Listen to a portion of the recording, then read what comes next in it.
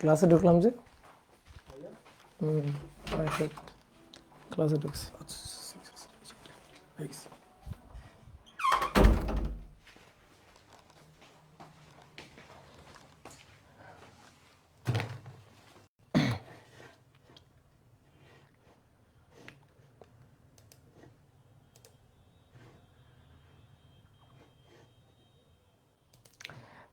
ওকে, যারা অলরেডি যুক্ত হয়ে গেছে তারা একটু কমেন্ট করে জানিয়ে দাও তো সাউন্ড ক্লিয়ার আছে কিনা।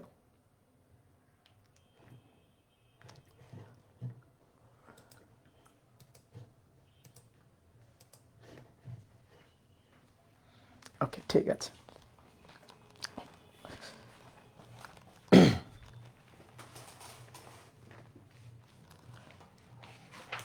আজকে তো বেশ সুন্দর লাগতেছে আমার।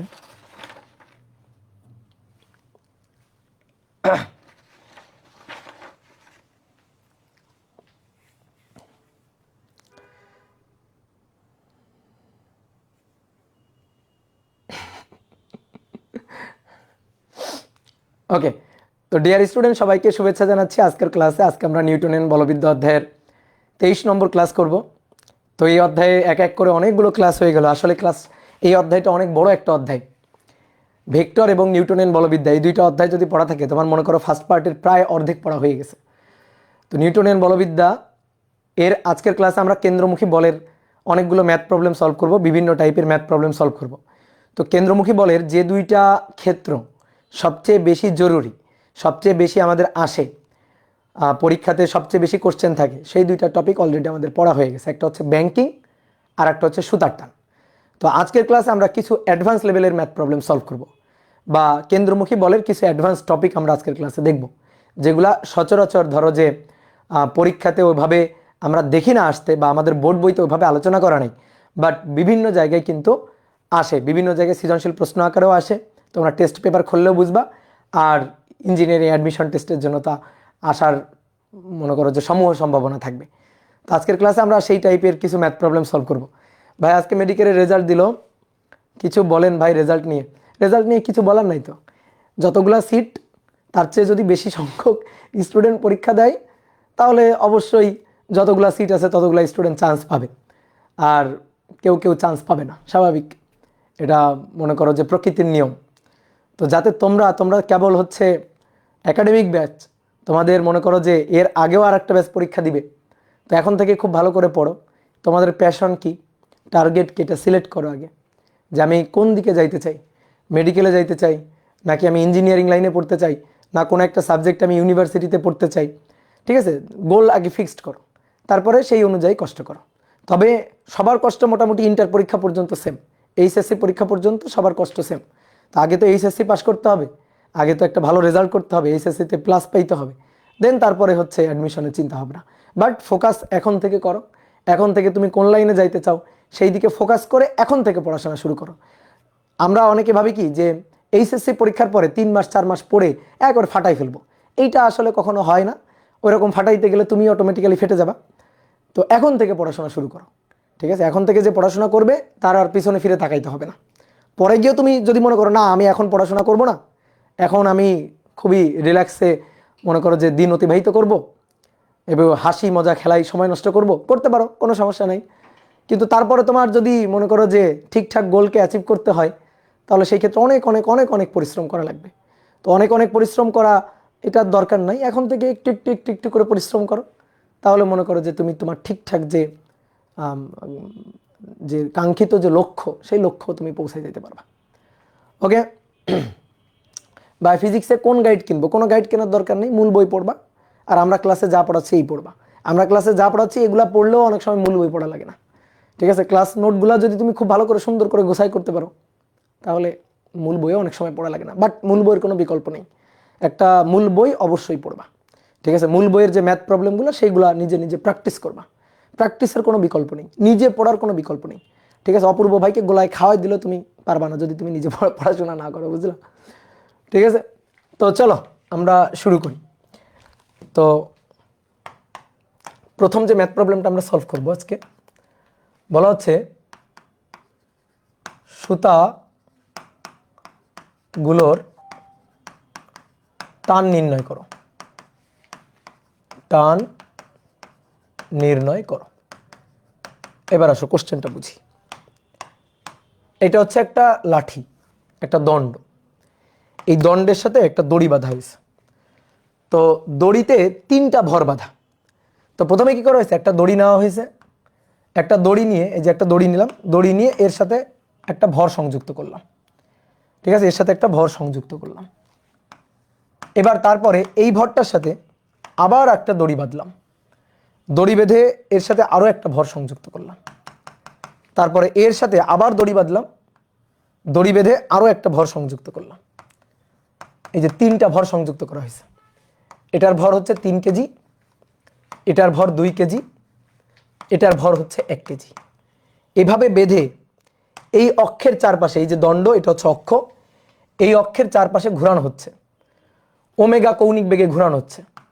তো সেই ওমেগা হচ্ছে 200 আরপিএম, আরপিএম অর্থাৎ মিনিটে 200 বার ঘোরানো হচ্ছে। তো এইভাবে যদি ঘোরানো হয় তাহলে এই যে সুতা বা দড়িগুলোর টান নির্ণয় করো। বলো তো কয়টা সুতা আছে এখানে, বলো এখানে কয়টা সুতা আছে? এই একটা সুতা, এই একটা সুতা, এই একটা সুতা, মোট সুতা আছে কয়টা? 3টা।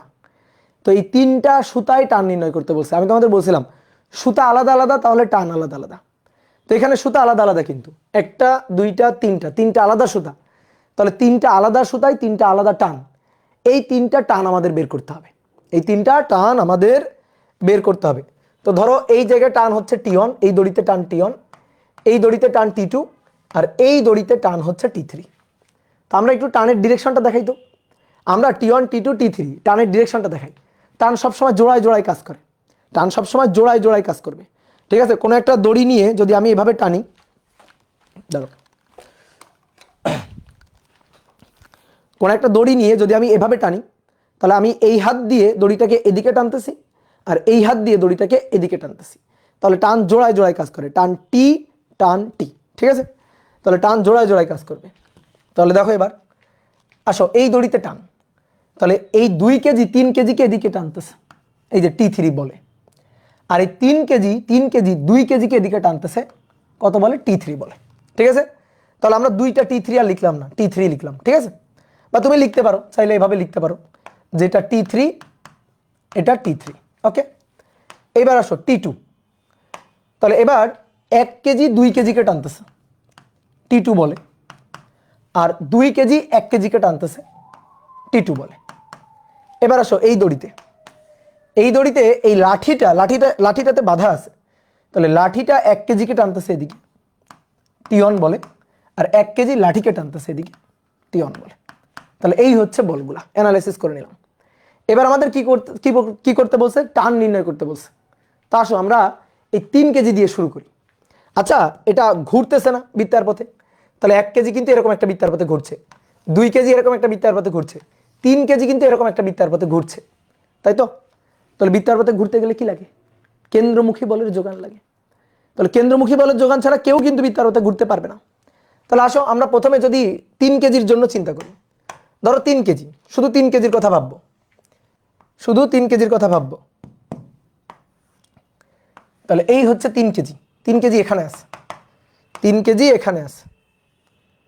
তাহলে 3 কেজির উপর ক্রিয়ারত বল, আসো 3 কেজির উপর ক্রিয়ারত বল অ্যানালাইসিস করি। 3 কেজির উপর একটাই বল, সেটা হচ্ছে T3, 3 কেজির উপর। আর একটা বল আছে নিচের দিকে ওজন, কিন্তু ওজনের তো কেন্দ্রের দিকে কোনো কন্ট্রিবিউশন নেই। দেখো তো যে বৃত্তার পথে ঘুরবে সেই বৃত্তপথে ওজনের কোনো কন্ট্রিবিউশন আছে? এইরকম একটা বৃত্তার পথে ঘুরবে, তাই তো?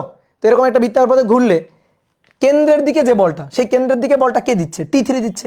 তাহলে কেন্দ্রের দিকে যে বলটা সেটা হচ্ছে FC, কেন্দ্রের দিকে যে বলটা সেটাই হচ্ছে FC। তাহলে কেন্দ্রের দিকে কেন্দ্রমুখী বল FC এর যোগানদাতা কে? Only T3, only T3। নিচের দিকে ওজন mg, নিচের দিকে ওজন mg। তো এর কোনো কন্ট্রিবিউশন তো কেন্দ্রের দিকে নেই। তাহলে কেন্দ্রমুখী বলের যোগান কে দিচ্ছে এখানে? কেন্দ্রমুখী বলের যোগান দিচ্ছে টান T3। তাহলে টান T3 এটা ইকুয়াল টু হচ্ছে FC, ওকে। আমরা এই T3টা বের করতে চাই। তাহলে T3 FC মানে কি? m v square by r। কিন্তু যেহেতু ওমেগা দেওয়া আছে, তাহলে আমরা লিখি m ওমেগা স্কয়ার r, ঠিক আছে, m ওমেগা স্কয়ার r। কি ক্লিয়ার? তো r এর মানটা দেওয়া নেই, আমি একটু লিখে নিই, এটা লিখতে ভুলে গেছি। এটা হচ্ছে 1 মিটার, এইটুকু হচ্ছে 2 মিটার, আর এইটুকু হচ্ছে 3 মিটার। এইটুকু হচ্ছে 3 মিটার। তাহলে আর এর মানটা এই ক্ষেত্রে 3 কেজির ক্ষেত্রে কিন্তু 3 মিটার। তাহলে এবারে আসো মানগুলো বসাই দিব।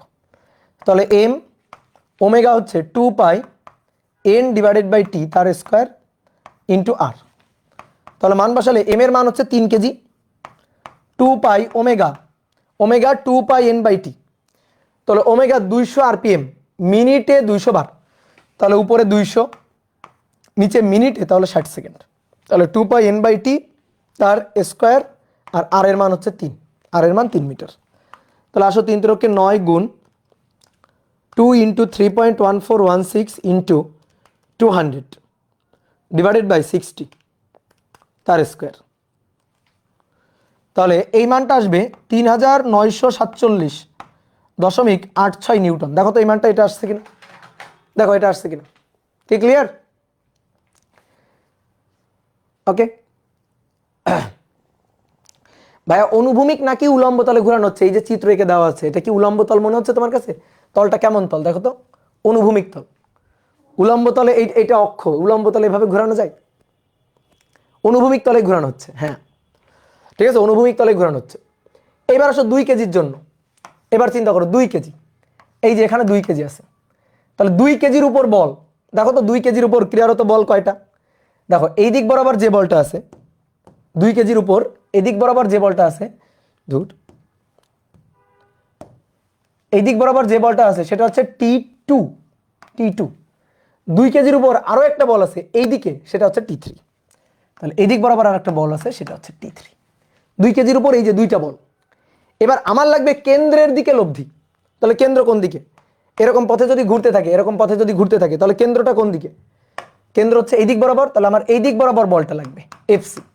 তাহলে এই দিক বরাবর এফসি হবে T2 মাইনাস T3। তাহলে এফসি ইকুয়াল টু হবে T2 মাইনাস T3। আমার দরকার T2। তাহলে অতএব T2 equal to FC, FC মানে এম ওমেগা স্কয়ার আর, তারপরে প্লাস হচ্ছে T3।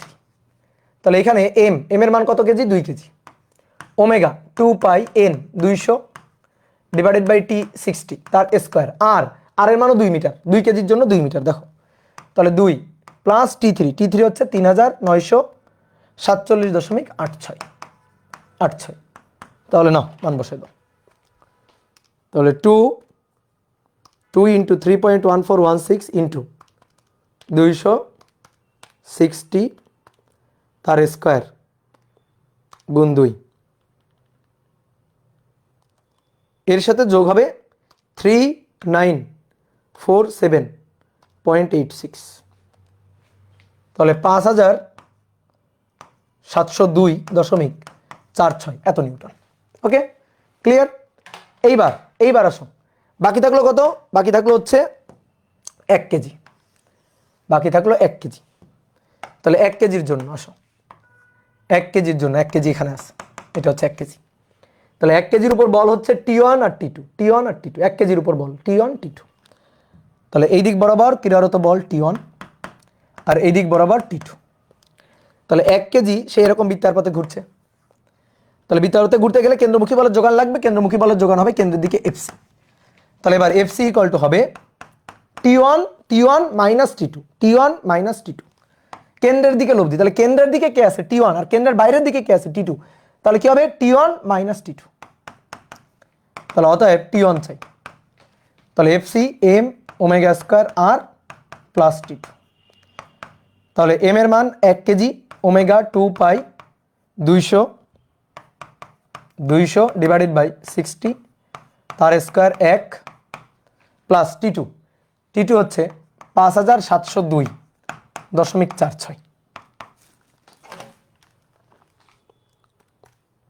2 ইন্টু 3.1416 ইন্টু 260 তার স্কোয়ার প্লাস 5702.46।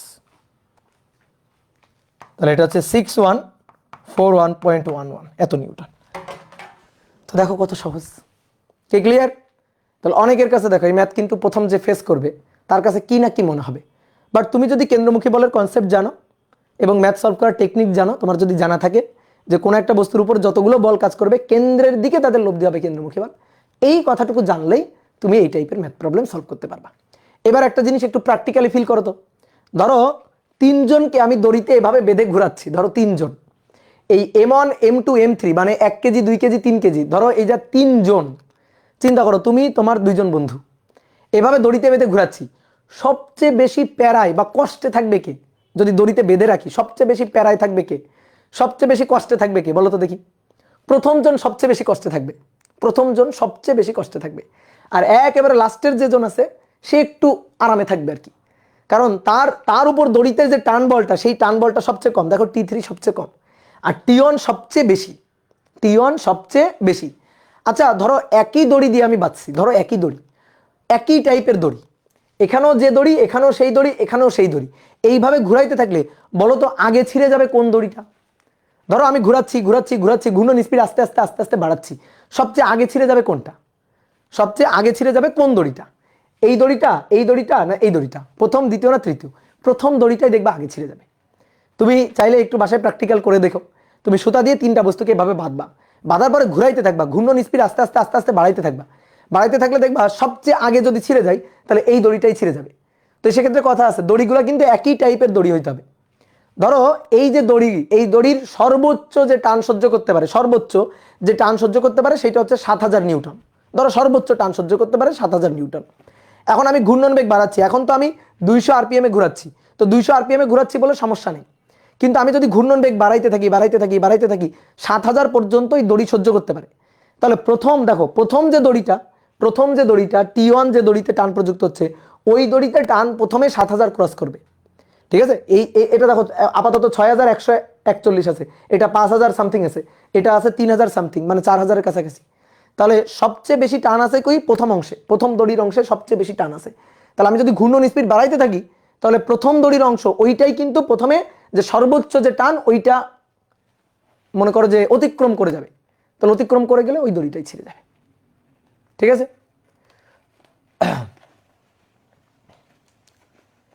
ঠিক আছে, কথা কি বুঝতে পারছো?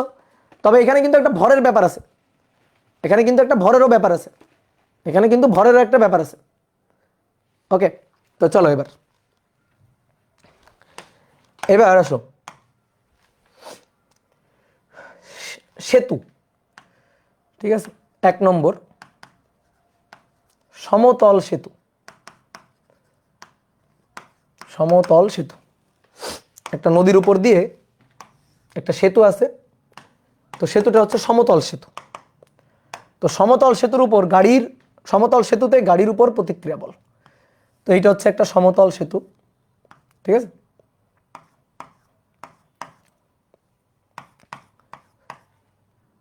এই যে এরকম ভাবে থাকে না, এই যে ঝুলন্ত, ঝুলন্ত সেতু এরকম। তো এই সেতুর উপর দিয়ে ধরো একটা গাড়ি যাচ্ছে, ঠিক আছে? সেতুর উপর দিয়ে ধরো একটা গাড়ি যাচ্ছে, এটা হচ্ছে গাড়িটা, ঠিক আছে? এই সেতুর উপর দিয়ে যাচ্ছে সমতল, তাহলে আমি প্রতিক্রিয়া বলটা বের করতে চাই। তাহলে গাড়ির ওজন কাজ করছে নিচের দিকে mg, ওজন mg নিচের দিকে কাজ করছে, আর তলের প্রতিক্রিয়া উপরের দিকে, তলে গাড়িটা আছে, তলে গাড়িটা আছে, তাহলে তলের প্রতিক্রিয়া উপরের দিকে, তাহলে এটা হচ্ছে তলের অভিলম্বিক প্রতিক্রিয়া, ঠিক আছে? আর এই দিক বরাবর গাড়ির বেগ। তো এই ক্ষেত্রে r সমান সমান কত? r সমান সমান mg, এই ক্ষেত্রে r সমান সমান mg। এটা হচ্ছে সমতল সেতু।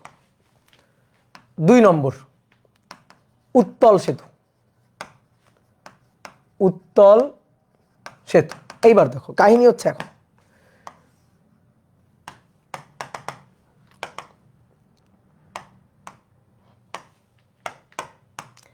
একটা উত্তল সেতু এরকম,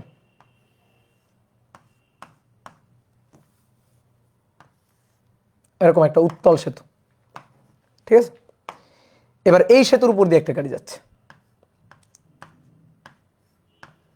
এই সেতুর উপর দিয়ে একটা গাড়ি যাচ্ছে, তাহলে এই ক্ষেত্রে, এই ক্ষেত্রে তলের অভিলম্বিক প্রতিক্রিয়া কত হবে? এইবার দেখো তলটা একটা বক্রতল, একটা বৃত্তচাপের তল, তাহলে এই গাড়িটা যখন এই বৃত্তাকার পথে যাবে, দেখো এই বৃত্তচাপের পথে যখন এই সেতুর উপর দিয়ে যাবে তখন কিন্তু একটা বৃত্তাকার চাপ অতিক্রম করে যাচ্ছে, তাহলে কেন্দ্রমুখী বলের যোগান কিন্তু লাগবে। তাহলে দেখি এখানে কেন্দ্রমুখী বলের যোগান কিভাবে আসতেছে বা তলের প্রতিক্রিয়া বল কত। তাহলে গাড়ির উপর ওজন কাজ করতেছে নিচের দিকে, পৃথিবী গাড়িকে টানতেছে নিচের দিকে, তাহলে এটা হচ্ছে mg। যেহেতু একটা তলে আছে তো তলের প্রতিক্রিয়া থাকবে তলের অবিলম্ব বরাবর উপরের দিকে, এটা হচ্ছে তলের অবিলম্বিক প্রতিক্রিয়া আর। ওকে ডান। এইবার আসো, দেখো আগে সমতল রাস্তায় যাচ্ছিল, কেন্দ্রমুখী বলের যোগান দেওয়া লাগবে না, কিন্তু এবার কেমন রাস্তায় যাচ্ছে বলো, এবার কেমন রাস্তায় যাচ্ছে? এবার যাচ্ছে একটা বৃত্তাকার পথে, উত্তল উত্তল একটা বক্রতলে যাচ্ছে, তাহলে এবার কিন্তু কেন্দ্রমুখী বলের যোগান লাগবে। যতগুলো বল কাজ করবে কেন্দ্রের দিকে তাদের লব্ধি হবে কেন্দ্রমুখী বল, তাহলে নিচের দিকে এমজি উপরের দিকে আর, যতগুলো বল এই দুইটা বলই কাজ করছে, তাহলে এদের লব্ধি কেন্দ্রের দিকে লব্ধি হবে কেন্দ্রমুখী বল। তাহলে কেন্দ্র কোন দিকে? এই বৃত্তাকার, এই যে বৃত্তাকার যে পথটা এর কেন্দ্র হচ্ছে এখানে, তাহলে কেন্দ্রের দিকে লব্ধি হবে কেন্দ্রমুখী বল, কেন্দ্রের দিকে লব্ধি কেন্দ্রমুখী বল এফসি। কি ক্লিয়ার? তাহলে এবার বলো এফসি সমান সমান কত হবে? এফসি সমান সমান কেন্দ্রের দিকে কে আছে? এমজি, আর কেন্দ্রের বাইরের দিকে আর, তাহলে এমজি মাইনাস আর। ঠিক আছে? আর এফসি মানে কি? M V square by R বা এম ওমেগা স্কোয়ার আর। তাহলে অতএব আর সমান সমান আমরা প্রতিক্রিয়াটা বের করতে চাই, তাহলে আর সমান সমান কত হবে? আর কে এই পাশে নিয়ে আসো, তাহলে এমজি মাইনাস আর কে এই পাশে নিয়ে আসলাম, তাহলে MG minus M V square by R, M V square by আর।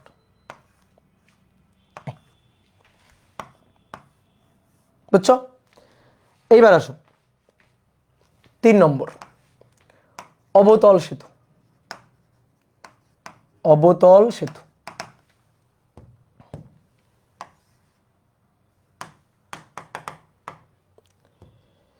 এবার সেতুটা হচ্ছে অবতল, এরকম সেতু, এই সেতুর উপর দিয়ে গাড়ি যাচ্ছে, তো ধরো গাড়িটা এখানে আছে, তাহলে নিচের দিকে ওজন এমজি, তলের অবিলম্বিক প্রতিক্রিয়া আর উপরের দিকে, তলের অবিলম্বিক প্রতিক্রিয়া আর উপরের দিকে, যতগুলো বল ক্রিয়া করবে কেন্দ্রের দিকে তাদের লব্ধি হবে কেন্দ্রমুখী বল। ঠিক আছে? এফসি। তাহলে এবার কেন্দ্র তো উপরের দিকে, অবতল তল, তাহলে কেন্দ্র কোন দিকে? উপরের দিকে, তাহলে নিচের দিকে এমজি, উপরের দিকে অবিলম্বিক প্রতিক্রিয়া, তলের অবিলম্বিক প্রতিক্রিয়া সবসময় তলের লম্ব বরাবর, তাহলে অবিলম্বিক প্রতিক্রিয়া আর, যতগুলো বল কাজ করবে কেন্দ্রের দিকে তাদের লব্ধি হবে কেন্দ্রমুখী বল, তাহলে কেন্দ্রের দিকে লব্ধি এফসি, তো এফসি ইকুয়াল টু হবে আর মাইনাস এমজি, তাহলে এফসি ইকুয়াল টু হবে, এফসি ইকুয়াল টু হবে আর মাইনাস এমজি। ঠিক আছে? তাহলে অতএব আর ইকুয়াল টু কত হবে? আর ইকুয়াল টু হবে এমজি, এ পাশে চলে আসুক, MG plus M V square by R. এই হচ্ছে তলের অবিলম্বিক প্রতিক্রিয়া, এই হচ্ছে তলের অবিলম্বিক প্রতিক্রিয়া। কি ক্লিয়ার? ওকে, ঠিক আছে। তাহলে এবার চলো তো একটা ম্যাথ করে ফেলি।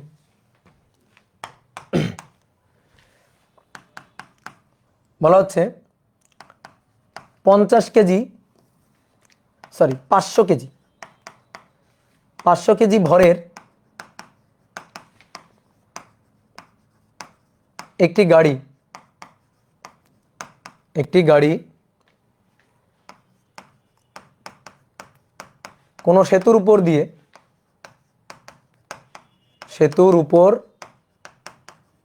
দিয়ে 13 মিটার পার সেকেন্ড বেগে চলছে,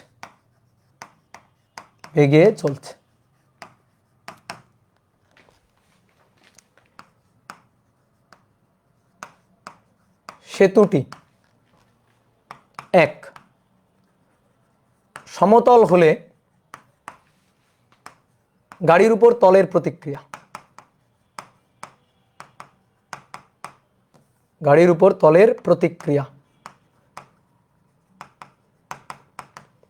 2 সেতুটি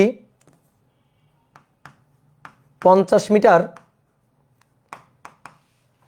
মিটার ব্যাসার্ধের উত্তল তল হলে গাড়ির উপর তলের প্রতিক্রিয়া,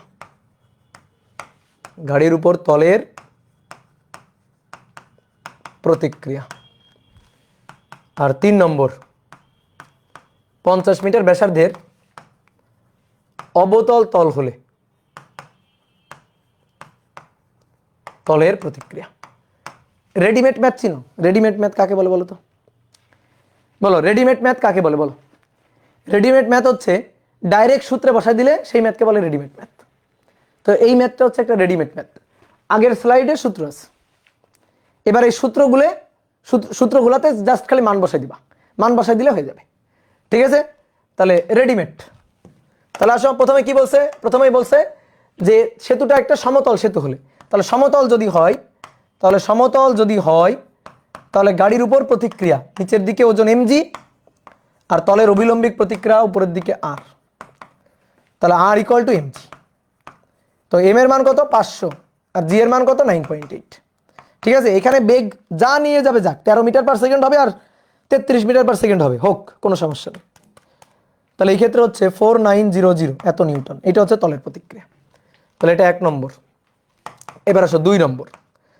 কি বলছে, 50 মিটার ব্যাসার্ধের উত্তল তল হলে, উত্তল তল 50 মিটার ব্যাসার্ধের একটা উত্তল তল যদি হয়, এই যে উত্তল তলে গাড়ি, তাহলে নিচের দিকে দেখো কত সূত্র মুখস্থ রাখবা, দরকার একটু করে নিবা। নিচের দিকে mg, নিচের দিকে mg, ঠিক আছে?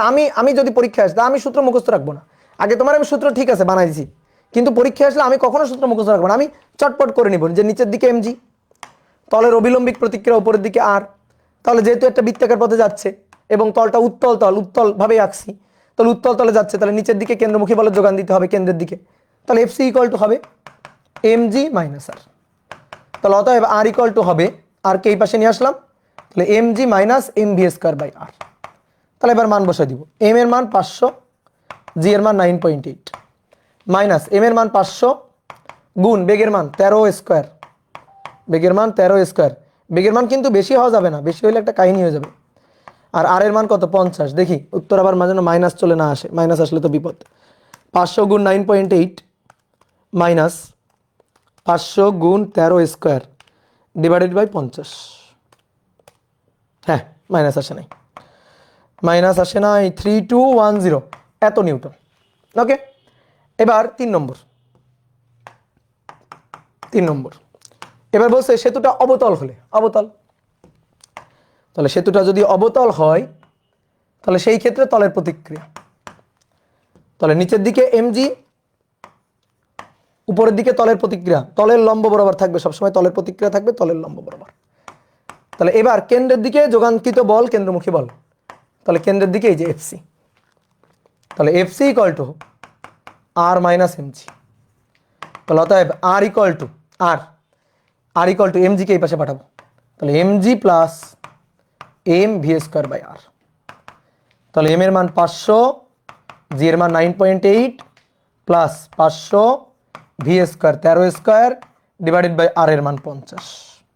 তাহলে মান বসাও, 500 গুণ 9.8 প্লাস 500 গুণ 13 স্কয়ার ডিভাইডেড বাই 50, তাহলে 6590 নিউটন। শেষ।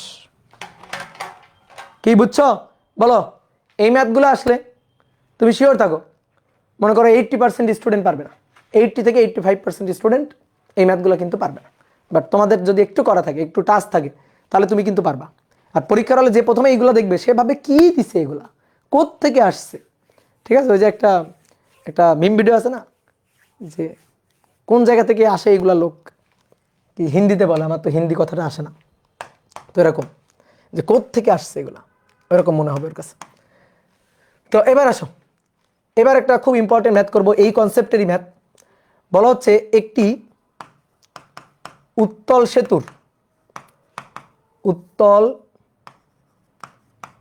সেতুর ব্যাসার্ধ, বক্রতার ব্যাসার্ধ, একটি উত্তল সেতুর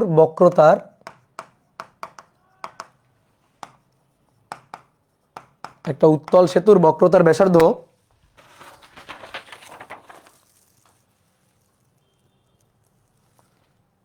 50 মিটার, একটি গাড়ি এই সেতুর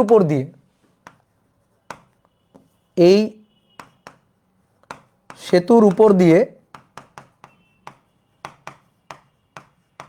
সর্বোচ্চ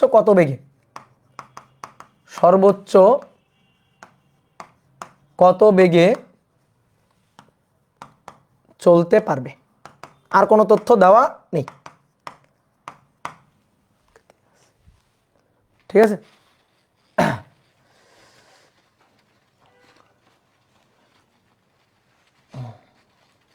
ও আচ্ছা, এটা এটা ওবায়দুল কাদেরের ডায়লগ। হ্যাঁ হ্যাঁ হ্যাঁ হ্যাঁ, মনে পড়ছে। যে কারা এরা, কোত্থেকে এলো এরা, তাই না? তোরা বলবে যে এসব ম্যাথ কোন জায়গা থেকে আসছে, কোত্থেকে আসলো এই ম্যাথ।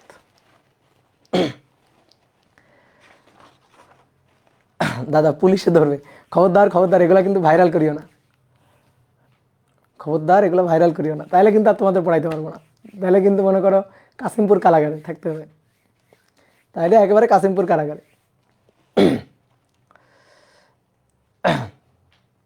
তো দেখো কি বলছে, একটি উত্তল সেতুর বক্রতার ব্যাসার্ধ হচ্ছে 50 মিটার, বক্রতার ব্যাসার্ধ। এখন বলছে একটি গাড়ি এই সেতুর উপর দিয়ে সর্বোচ্চ কত বেগে চলতে পারবে। কেন সর্বোচ্চ কত বেগে চলতে পারবে? কেন বেগ আমি বাড়াইতে বাড়াইতে বাড়াইতে বাড়াইতে অনেক বেশি বেগ নিয়ে যাবো, সমস্যা কি? সমস্যা হচ্ছে যখনই তুমি এই সেতুর উপর দিয়ে যাবা তখন দেখবা গাড়ি আর মাটিতে পড়ে নাই, গাড়ি সোজা আকাশে উড়ে চলে গেছে। তুমি যদি অনেক বেশি বেগ নিয়ে সেতুর উপর দিয়ে যাও, অনেক বেশি বেগ, এই রাস্তায় যাওয়ার জন্য একটা সর্বোচ্চ বেগ আছে, তুমি যদি এই বেগের চেয়ে বেশি বেগ নিয়ে যাও তাহলে গাড়ি উড়ে আকাশে চলে যাবে, গাড়ি উড়ে আকাশে চলে যাবে, ওই গাড়ি আর মাটিতে নামবে না, সোজা এভাবে উঠে, মানে নর্মালি তো যাওয়ার কথা এইভাবে, এইভাবে গিয়ে যাওয়ার কথা, কিন্তু ওই গাড়ি এইভাবে উঠে চলে যাবে। বুঝতে পারছো? এই ঘটনাটা ঘটবে। ঠিক আছে, তো এইবার আসো, এবার আসো দেখি আমরা একটু হিসাব নিকাশ করি। উত্তল তল, উত্তল তল, একটা গাড়ি ইচ্ছা মতো বেগ নিয়ে কিন্তু এই উত্তল তলে আসতে পারবে না, ইচ্ছা মতো বেগ নিয়ে আসতে পারবে না। এই তলে যাওয়ার জন্য, এই তলে চলার জন্য একটা সর্বোচ্চ বেগ আছে, এর চেয়ে বেশি বেগে যাইতে পারবে না। এর চেয়ে বেশি বেগে যদি চলে, এর চেয়ে যদি বেশি বেগে চলে তাহলে কি ঘটনা ঘটবে? এর চেয়ে বেশি বেগে চললে, এর চেয়ে যদি বেশি বেগে চলে তাহলে কি ঘটনা ঘটবে? দেখো এই ঘটনা ঘটবে, এই যে গাড়ি উড়ে চলে যাবে এইভাবে। ঠিক আছে, এই গাড়ি এই বরাবর গিয়ে আসবে না, এই বরাবর যাবে না, অনেক বেশি বেগ নিয়ে আসছে। ধরো বেগের মানটা কম, তাহলে গাড়ি এইভাবে উঠে, এইভাবে উঠে গাড়িটা এইভাবে ঘুরে চলে আসছে, বেগের মান কম। ঠিক আছে, বেগের মান আরো কমাও, তাহলে আরো কমানো হলে এইভাবে চলে গেছে।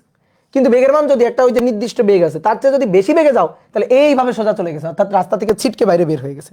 তো এরকম একটি ঘটনা ঘটবে যদি তুমি ইচ্ছা মতো বেগ নিয়ে যাও। তো দেখো কেন এটা ঘটে, এর উপর ক্রিয়ারত বলগুলোকে অ্যানালাইসিস করি। নিচের দিকে ওজন mg আর তলের অভিলম্বিক প্রতিক্রিয়া উপরের দিকে r। তাহলে এই পথে ঘোরার জন্য অবশ্যই কেন্দ্রমুখী বলের যোগান দিতে হবে, কারণ পথটা বৃত্তাকার পথ। তাহলে কেন্দ্রমুখী বলের যোগান দিলে কেন্দ্রমুখী বল কোন দিকে থাকবে? কেন্দ্রের দিকে, FC। তাহলে এই FC ইকুয়াল টু হবে, FC ইকুয়াল টু হবে mg minus r, mg minus r।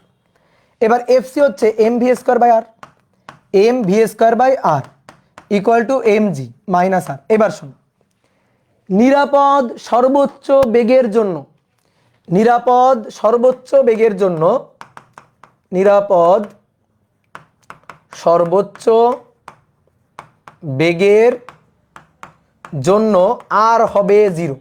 এই যে এটাই হচ্ছে শর্ত, আর এর মানটা 0 হইতে হবে। আর এর মানটা 0 হলেই তখন যে বেগটা পাওয়া যাবে ওটাই হচ্ছে সর্বোচ্চ বেগ, এবং সেই সর্বোচ্চ বেগ হচ্ছে ওই যে পানি পড়বে না, সুতায় ঢিল পড়বে না, সেই ম্যাথ। তাহলে আর এর মান যদি 0 হয় তাহলে mm কাটাকাটি v equal to root over r, শেষ। এবার কথা হচ্ছে কি, যে সর্বোচ্চ বেগের জন্য আর কেন শূন্য হবে, ফিল করতে চাই, আসো ফিল করি। তাহলে fc equal to mg minus r, mg minus প্রতিক্রিয়া r, এই fc হচ্ছে mv square by r equal to mg minus প্রতিক্রিয়া r। এবার শোনো ভালো করে শোনো, ধরো তুমি যে বেগ নিয়ে বর্তমানে যাচ্ছ সেই বেগের জন্য এই কেন্দ্রমুখী বল mv স্কয়ার বাই r, এটার মান লাগবে হচ্ছে 10। এই 10 কে দেবে? এই 10 দেবে ওজন, এবং তার কাছ থেকে বাদ যাবে হচ্ছে r, অর্থাৎ mg মাইনাস r হচ্ছে এই বলটার যোগান দেবে, mg মাইনাস r। তাহলে ধরো mg এর মান, mg এর মান তো ফিক্সড, ধরো 14, ধরো mg এর মান ফিক্সড 14, তো তা থেকে বিয়োগ যাবে r, তাহলে r কত বিয়োগ যাবে? 4, তাহলে 4 বিয়োগ গেলেই তো 10 হয়। mg এর মানটা ফিক্সড 14, তাহলে তা থেকে প্রতিক্রিয়া বাদ যাবে, প্রতিক্রিয়া কত বাদ যাবে? 4 বাদ যাবে, 4 বাদ দিয়ে যা থাকবে 10 থাকবে, সেই 10ই হচ্ছে কেন্দ্রমুখী বলের যোগান দিবে। কথা কি বুঝলা? ক্লিয়ার? এইবার আসো, যদি আমি বেগের মানটা বাড়াইতে থাকি তাহলে কি হবে? আচ্ছা, বেগের মান যদি আমি এখানে বাড়াই, এখানে যদি বেগের মানটা বাড়াই তাহলে mv স্কয়ার বাই r, এই বলের মানটা বাড়বে। তো এই বলের মানটা বেড়ে কত হবে? ধরো এই বলের মানটা বেড়ে হবে 11, তাই না? কত হবে? 11। এখন এই 11 যোগানটা কে দেবে? mg মাইনাস আর দেবে, ঠিক আছে, mg মাইনাস আর দেবে। তো mg তো ফিক্সড, mg তো 14 দিচ্ছে, এটা তো কমানো যাবে না, বাড়ানো যাবে না। তাহলে আমার তো বানাইতে হবে 11। তাহলে 11 বানাইতে গেলে বলো প্রতিক্রিয়া কত? প্রতিক্রিয়া কত এবার? প্রতিক্রিয়া এবার হচ্ছে 3। কি ক্লিয়ার? এবার ফিল করো তো, তুমি গাড়ি চালাচ্ছ, তুমি এই উত্তল তলের উপর দিয়ে যাবা, তোমার বেগ যখন কম থাকবে না, বেগ যদি কম হয় তাহলে সেই ক্ষেত্রে দেখবা তলের প্রতিক্রিয়া তুমি টের পাচ্ছ, প্রতিক্রিয়া বেশি হয়ে যাচ্ছে। কিন্তু বেগ তুমি বাড়াইতে থাকো, বাড়াইতে থাকো, বাড়াইতে থাকো, তোমার মনে হবে না যে গাড়ি আর মাটিতে নেই, গাড়ি উড়ে যাচ্ছে, মাটি থেকে উপরে উঠে যাচ্ছে। অনেক সময় দেখবা গাড়ির স্পিড যখন অনেক বেশি হয়, ঠিক আছে, যারা গাড়ি টাড়ি চালাইছো, স্পিড যদি অনেক বেশি হয় মনে হয় যেন গাড়ি উঠতেছে, তো সেরকম একটা ঘটনা। তাহলে স্পিড বেশি হইলো, বেশি হয়ে কত হইলো? 11, ঠিক আছে, কেন্দ্রমুখী বল লাগবে 11, তাহলে ওজন mg থেকে বাদ। তাহলে এবার দেখো প্রতিক্রিয়া কত? কমে গেছে 3। এবার স্পিড আরেকটু বাড়াও তো, স্পিড আরেকটু বাড়াও, স্পিড আরেকটু বাড়াইলে এখানে লাগবে 12। তাহলে 12 কিভাবে আসবে? 14 থেকে বিয়োগ হবে 2। তাহলে প্রতিক্রিয়া দেখো আরো কমে যাচ্ছে। অর্থাৎ তুমি যত গাড়ির স্পিড বাড়াচ্ছ, মাটির সাথে তোমার সংযোগ, তলের সাথে রাস্তার সাথে তোমার সংযোগ তত কমে যাচ্ছে, ঠিক আছে, মাটির প্রতিক্রিয়া বল তত কমে যাচ্ছে। কি ক্লিয়ার? এবার তুমি স্পিড আরো বাড়াও, আরো বাড়ানোর পরে লাগবে হচ্ছে ধরো 13, তাহলে এখানে হবে 14 বিয়োগ 1। স্পিড আরো বাড়াও, লাগবে ধরো 14, তাহলে 14 বিয়োগ 0, বুঝছো? তাহলে এই অবস্থায় তুমি যাইতে পারবা, কারণ কেন্দ্রমুখী বল লাগবে কত? 14, ওজন তোমাকে 14 দিচ্ছে, প্রতিক্রিয়া নাই, অর্থাৎ মাটির সাথে তোমার সংযোগ নাই, গাড়ি যাচ্ছে একেবারে মাটির উপর দিয়ে ছুঁই ছুঁই ভাবে যাচ্ছে, তলের উপর দিয়ে ছুঁই ছুঁই ভাবে চলে যাচ্ছে। কি ক্লিয়ার? এইবার বেগ আরেকটু বাড়াও তো দেখি, বাড়াও বাড়াও বাড়াও, বেগ আরেকটু বাড়াও। তাহলে বেগ আরেকটু যদি বাড়াও তাহলে এখানে হবে কত? 15। এইবার কি হবে? এবার কি হবে বলো? এটা আছে কত? 14, এটা তো অলরেডি 0 হয়েই গেছে। তাহলে 14 মাইনাস 0, এর তো অলরেডি মানে 0 হয়ে গেছে, আর এর তো অলরেডি 0 হয়ে গেছে। তাহলে ওজন সম্পূর্ণটুকু দিয়ে দিল তোমাকে, ওজন সম্পূর্ণটুকু তোমাকে দিয়ে দিল। তাহলে ওজন 14 দিয়ে দিল। বলো প্রয়োজনীয় কেন্দ্রমুখী বলের যোগান তুমি পাইলা? প্রয়োজনীয় কেন্দ্রমুখী বলের যোগান তুমি কি পাইলা? বলো পাইলা না।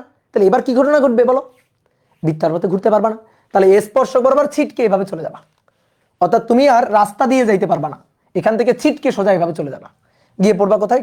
খাদে গিয়ে পড়বা, ঠিক আছে। তাহলে নিরাপদ সর্বোচ্চ বেগের শর্ত কি? এখান থেকে দেখো, নিরাপদ সর্বোচ্চ বেগের শর্ত কি? এটা তো নিরাপদ না, এটা তো অনিরাপদ, অ্যাক্সিডেন্ট হয়ে গেছে, এটা তো অনিরাপদ ঘটনা ঘটে গেছে, অনিরাপদ, অনিরাপদ, হ্যাঁ। তাহলে এটা তো অনিরাপদ, তাহলে নিরাপদ সর্বোচ্চ বেগের জন্য শর্তটা কি?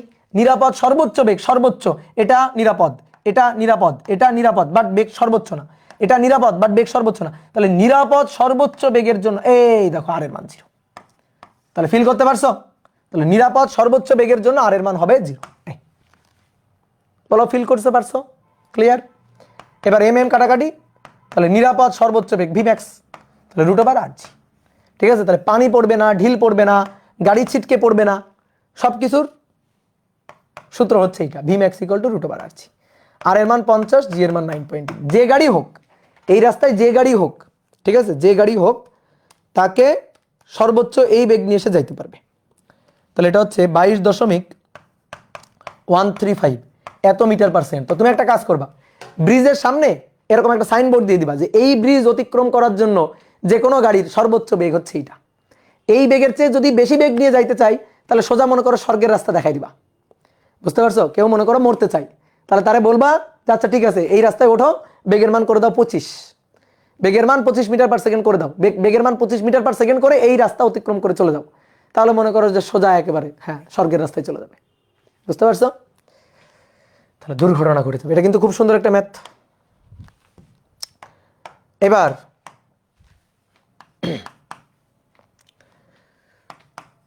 কনিক্যাল পেন্ডুলাম, কনিক্যাল বানানটা ঠিক আছে কিনা আমি জানি না, একটু তোমরা দেখে নিও। কনিক্যাল পেন্ডুলাম, পেন্ডুলামের পর্যায়কাল, কনিক্যাল পেন্ডুলামের পর্যায়কাল নির্ণয় করো, ঠিক আছে। পেন্ডুলাম তো বুঝো নাকি? পেন্ডুলাম বুঝো কিনা? পেন্ডুলাম হচ্ছে সরল দোলক, দেখো খেয়াল করো, এইটা হচ্ছে পেন্ডুলাম, এইটা হচ্ছে পেন্ডুলাম। আর কনিক্যাল পেন্ডুলাম কি? কনিক্যাল পেন্ডুলাম কি? ধরো এটা একটু ভারী করে নি, দেখো এটা হচ্ছে পেন্ডুলাম, এইভাবে দুললে পেন্ডুলাম, আর কনিক্যাল পেন্ডুলাম হচ্ছে ঘুরে ঘুরে দুলবে, ঘুরে ঘুরে দুলবে এইভাবে। এই দেখো, এইটা হচ্ছে কনিক্যাল পেন্ডুলাম। এই যে ঘুরে ঘুরে ঘুরে ঘুরে দুলবে, এইটা হচ্ছে কনিক্যাল পেন্ডুলাম। বুঝছো? তাহলে কনিক্যাল পেন্ডুলাম কোণ করে, দেখো একটা কোণ করে দুলতেছে এইভাবে। এইভাবে যখন ঘুরতেছে, এইভাবে যখন ঘুরতেছে তখন একটা কোণ তৈরি করতেছে না, এখানে এখানে একটা কোণ তৈরি করতেছে কিনা? তো এইটা হচ্ছে কনিক্যাল পেন্ডুলাম। ঠিক আছে?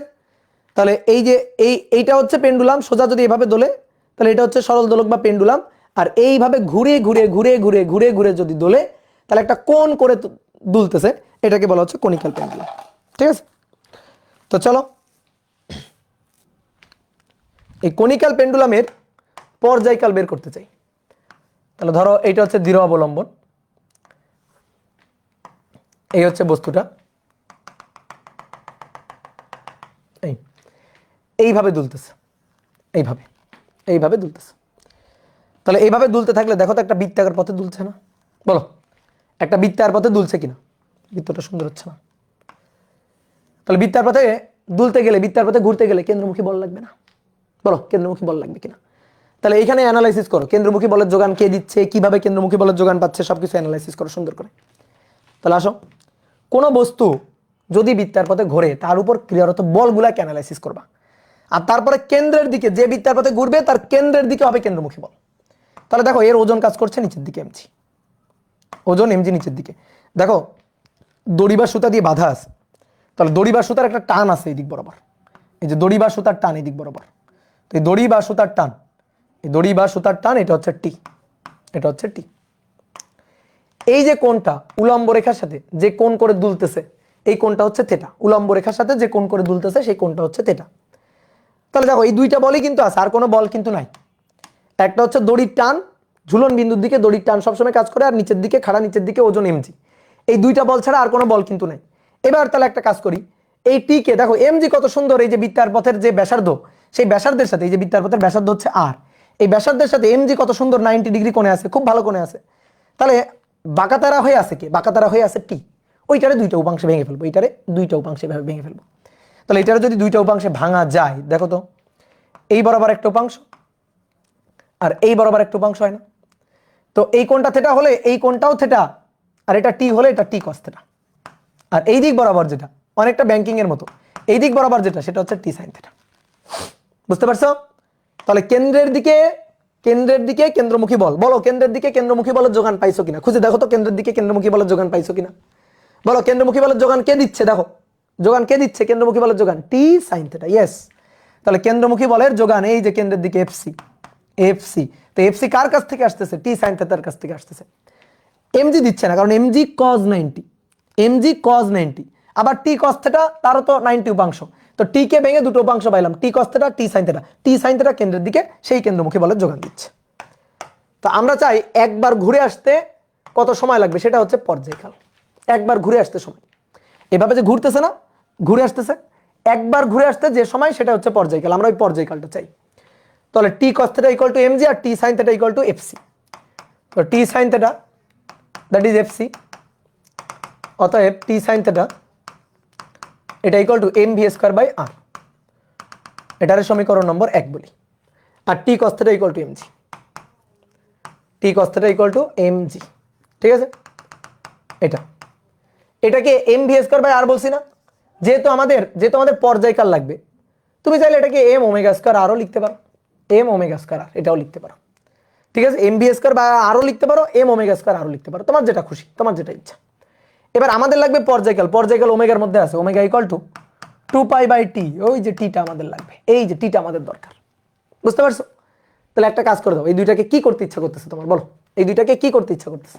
ভাগ করতে। তাহলে ভাগ করে দাও, 1/2, 1/2।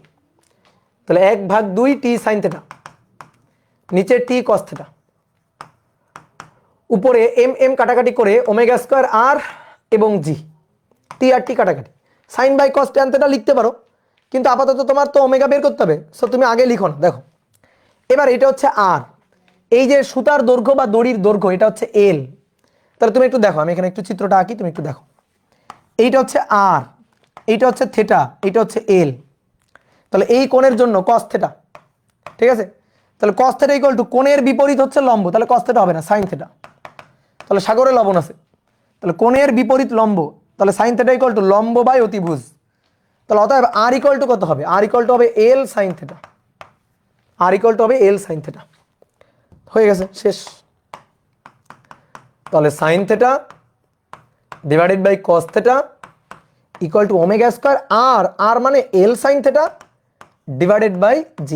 এইবার sin θ কাটাকাটি, omega equal to 2 pi by T, omega equal to 2 pi by T. তাহলে আমরা দেখো তো l cos θ omega square equal to l g divided by l cos θ, তাই তো, g divided by l cos θ। এবার ওমেগা মানে 2 pi by T, তাহলে 2 pi by T root এই পাশে চলে গেল, g divided by l cos θ। আমাদের দরকার t, তাহলে উল্টে যাবে, t ইকুয়াল টু হবে 2 pi root over l cos θ divided by g। এই হচ্ছে আমাদের কাঙ্ক্ষিত সূত্র। ঠিক আছে, এটা হচ্ছে কনিক্যাল পেন্ডুলামের পর্যায়কালের সূত্র, কনিক্যাল পেন্ডুলামের পর্যায়কালের সূত্র। ঠিক আছে, তাহলে এবার তুমি সুতার দৈর্ঘ্য কত বসাই দিবা, কত কোণ করে ঘুরতেছে, কত কোণে চারপাশে ঘুরতেছে, এই যে উলম্ব রেখার সাথে যে কোণটা, সেই কোণের মানটা এখানে বসাই দিবা, জি এর মান 9.8 জানো, তাহলে তুমি কনিক্যাল পেন্ডুলামের পর্যায়কাল পেয়ে যাবা। এবার একটা মজার ব্যাপার বলি তোমারে, তুমি 9-10 পড়ছো মেবি, ঠিক আছে, বা পর্যাবৃত্ত গতি চ্যাপ্টার যখন পড়বা তখন তুমি এটা জানবা। শর্টকাট, নর্মাল যে পেন্ডুলাম, নর্মাল পেন্ডুলাম যেটা, এই যে নর্মাল পেন্ডুলাম যখন দুলতে থাকে, নর্মাল পেন্ডুলামের এইখান থেকে এই পর্যন্ত যে দূরত্ব, এটাকে বলা হয় কার্যকর দৈর্ঘ্য এল। বলতো নর্মাল পেন্ডুলামের পর্যায়কালের সূত্র কি?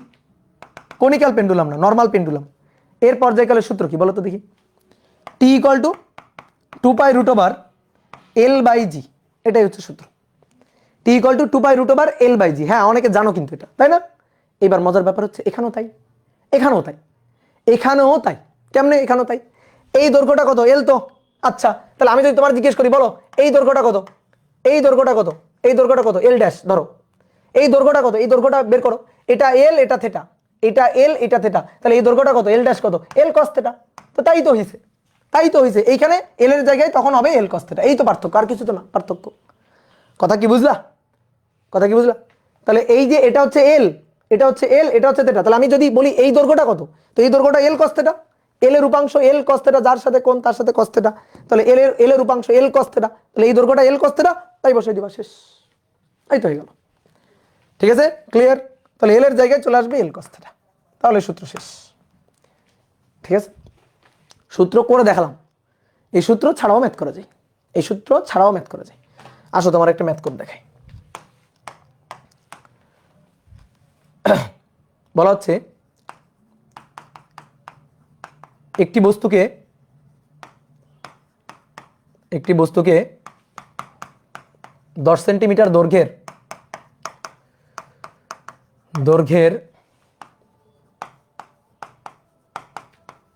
সুতায় বেঁধে, 10 সেন্টিমিটার দৈর্ঘ্যের সুতায় বেঁধে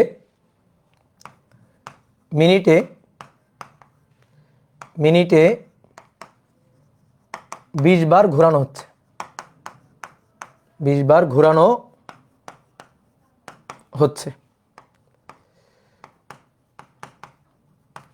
উলম্ব রেখার সাথে এর উৎপন্ন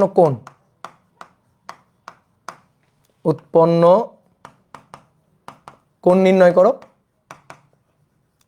এবং পর্যায়কাল নির্ণয় করো, রৈখিক বেগ নির্ণয় করো, রৈখিক বেগ নির্ণয় করো। ঠিক আছে, তাহলে কি বলছে? কোন একটা দৃঢ় অবলম্বন থেকে একটা বস্তুকে সুতায় বাঁধা হয়েছে, সুতায় বেঁধে ঝুলানো হয়েছে। সুতার দৈর্ঘ্য কত? 10 সেন্টিমিটার। 10 সেন্টিমিটার দৈর্ঘ্যের সুতায় বেঁধে মিনিটে 20 বার ঘোরানো হচ্ছে। তো এমন ভাবে ঘোরানো হচ্ছে যেন উলম্ব রেখার সাথে কোণ তৈরি করে থাকে। আমি সংক্ষেপে লিখছি, কিন্তু তুমি প্রশ্ন পড়লে বুঝবা।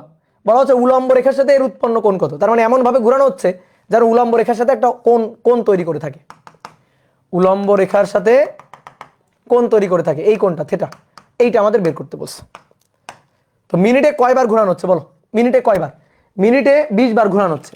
তাহলে মিনিটে 20 বার ঘোরানো হচ্ছে, তার মানে ওমেগাটা আমাদের দেওয়া আছে, ওমেগাটা দেওয়া আছে। ওমেগা হচ্ছে 20 RPM revolution per minute, 20 RPM এটা দেওয়া আছে। আমাদের বের করতে হবে থেটা কত, আমাদের বের করতে হবে এর রৈখিক বেগ ভিটা কত, আমাদের বের করতে হবে এর পর্যায়কালটা কত। এই কটা জিনিস আমাদের বের করতে হবে। তো পারবো কিনা বের করতে? হ্যাঁ পারবো, কোনো সমস্যা নেই, পারবো। তো অনেকে বলতে পারো ভাই আমরা পর্যায়কাল যদি বের করতে চাই তাহলে তো আমার থেটা লাগবে, থেটা তো আমি জানি না। থেটা জানি না, বাট এল তো জানি, আর কতবার ঘোরানো হচ্ছে জানি, তাহলে সেখান থেকে আমি থেটাটা বের করতে পারবো। তো কেমনে বের করতে পারবো? ব্যাংকিং এর সূত্র, tan θ = v²/rg, জানো? tan θ = v²/rg। ঠিক আছে, কেমনে দেখবা? এই যে দেখো নিচের দিকে mg, এখানেও ব্যাংকিং এর সূত্র, সবই ঘুরে ফিরে ওই ব্যাংকিং এর সূত্রের মতোই। নিচের দিকে mg, নিচের দিকে mg, তাহলে দড়ির টান টি এদিক বরাবর, তাহলে টি কে দুইটা উপাংশে ভেঙে ফেলবো, টি কে দুটো উপাংশে ভেঙে ফেলবো, এদিক বরাবর একটা উপাংশ, এদিক বরাবর একটা উপাংশ। এই কোণটা থেটা হলে এই কোণটা থেটা, তাহলে টি cos θ, টি cos θ, এদিক বরাবর টি sin θ। ওকে, তাহলে কেন্দ্রের দিকে কেন্দ্রমুখী বল এফসি, এফসি। তো একটু আগেই তো আমরা লিখছিলাম যে টি sin θ এটা ইকুয়াল টু এফসি, এফসি মানে এই দেখো mv²/r, m ওমেগা স্কয়ার আরও লিখতে পারি। আর টি cos θ এটা ইকুয়াল টু কত? এটা ইকুয়াল টু mg। ভাই দুইটাকে ভাগ দিয়ে দাও তো, ভাগ দিয়ে দাও, 1/2, 1/2 দাও, ভাগ দিয়ে দাও। তাহলে টি টি কাটাকাটি sine by cos tan θ, tan θ, tan θ equal to mv²/r গুণ mg গুণ 1/mg, m কাটাকাটি। এই দেখো tan θ ইকুয়াল টু v²/rg, বুঝতে পারছো? দেখো এই যে ব্যাংকিং এর সূত্রটা চলে আসছে যে tan θ ইকুয়াল টু v²/rg, বুঝলা? এবার আসো আমাদের কি বের করতে হবে? আমাদের বের করতে হবে হচ্ছে থেটা। তো থেটা বের করতে গেলে তো আর এর মান জানা দরকার, এখানেই মুশকিল হয়ে গেছে। থেটা বের করতে গেলে আর এর মান জানা দরকার, আর এর মান তো আমরা জানি না। আর কোনটা? এই যে বৃত্তপথের ব্যাসার্ধ যেটা, এটা হচ্ছে আর। এই বৃত্তপথের ব্যাসার্ধ যেটা, এটা হচ্ছে আর। এইটা আমরা জানি এল 10 সেন্টিমিটার, এটা আমাদের জানা আছে। এল 10 সেন্টিমিটার, এটা আমাদের জানা আছে। এই কোণের মানও জানি না, আর এর মানও জানি না। তো আমি কোণের মান বের করতে গেলে আর এর মান লাগবে, এই তো মুশকিলে পড়ে গেলাম। কোণের মান বের করতে গেলে আর এর মান জানা লাগবে, এটা তো মুশকিলে পড়ে গেলাম। দেখো তো sine theta, sine theta equal to লম্ব আর ডিভাইডেড বাই এল, তাহলে অতএব R equal to L sine theta, R equal to L sine theta. এটা বসাই দিলেই হয়ে যাবে এখানে। এই যে ট্যান থেটা মানে কি? সাইন বাই কজ না, তাহলে sine theta divided by cos theta. এবার V equal to omega R, ভালো করে শোনো, V equal to omega R, তাহলে omega square R square divided by নিচে আর জি, তাহলে আর স্কোয়ার আর কাটাকাটি করে উপরে একটা আর, কাটাকাটি করে উপরে একটা আর ডিভাইডেড বাই জি। ঠিক আছে, কেন ওমেগাতে নিলাম? কারণ আমাদের ওই যে ওমেগাটা দেওয়া আছে, ভি দেওয়া ছিল না, ওমেগা দেওয়া ছিল। তাহলে এবার আসো মান বসাই দিই, sine theta divided by cos theta. ঠিক আছে, এবার এই যে ওমেগা স্কোয়ার, ওমেগা হচ্ছে ওমেগা ইকুয়াল টু হচ্ছে 2πn divided by T, 20 RPM, তাহলে 2πn ডিভাইডেড বাই টি তার স্কোয়ার, আর আর হচ্ছে এল সাইন থেটা, আর হচ্ছে L sine theta divided by G. তাহলে সাইন থেটা কাটাকাটি, এবার সব মান জানো, খালি বসাই দাও। তাহলে 1 divided by cos theta, 2πn, N এর মান কত? 20, মিনিটে 60, তার স্কোয়ার, এল এর মান 10 সেন্টিমিটার, তাহলে 0.10, জি এর মান 9.8, তাহলে 2 ইন্টু 3.1416 ইন্টু 20 ডিভাইডেড বাই 60 তার স্কোয়ার গুণ 0.10 ডিভাইডেড বাই 9.8 ডিভাইডেড বাই 9.8 এর ইনভার্স।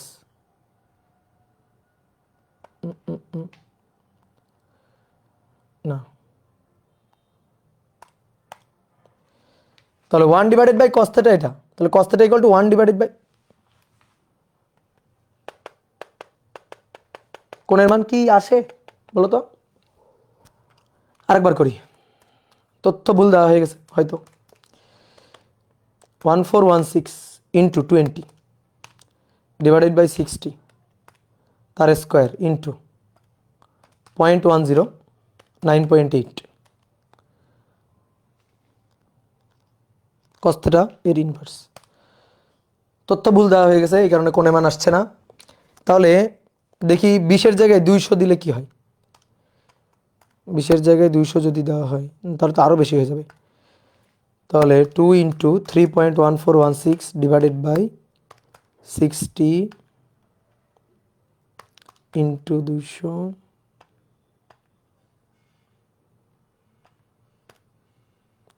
এত স্কোয়ার 0.10 ডিভাইডেড বাই 9.8। ও না, আমি সরি, প্রথমে স্কোয়ার দিছিলাম না। হচ্ছে ম্যাথ ইরোর না, হয়েছে। আমি প্রথমে স্কোয়ার দিতে ভুলে গেছি নাকি? আচ্ছা ধরো।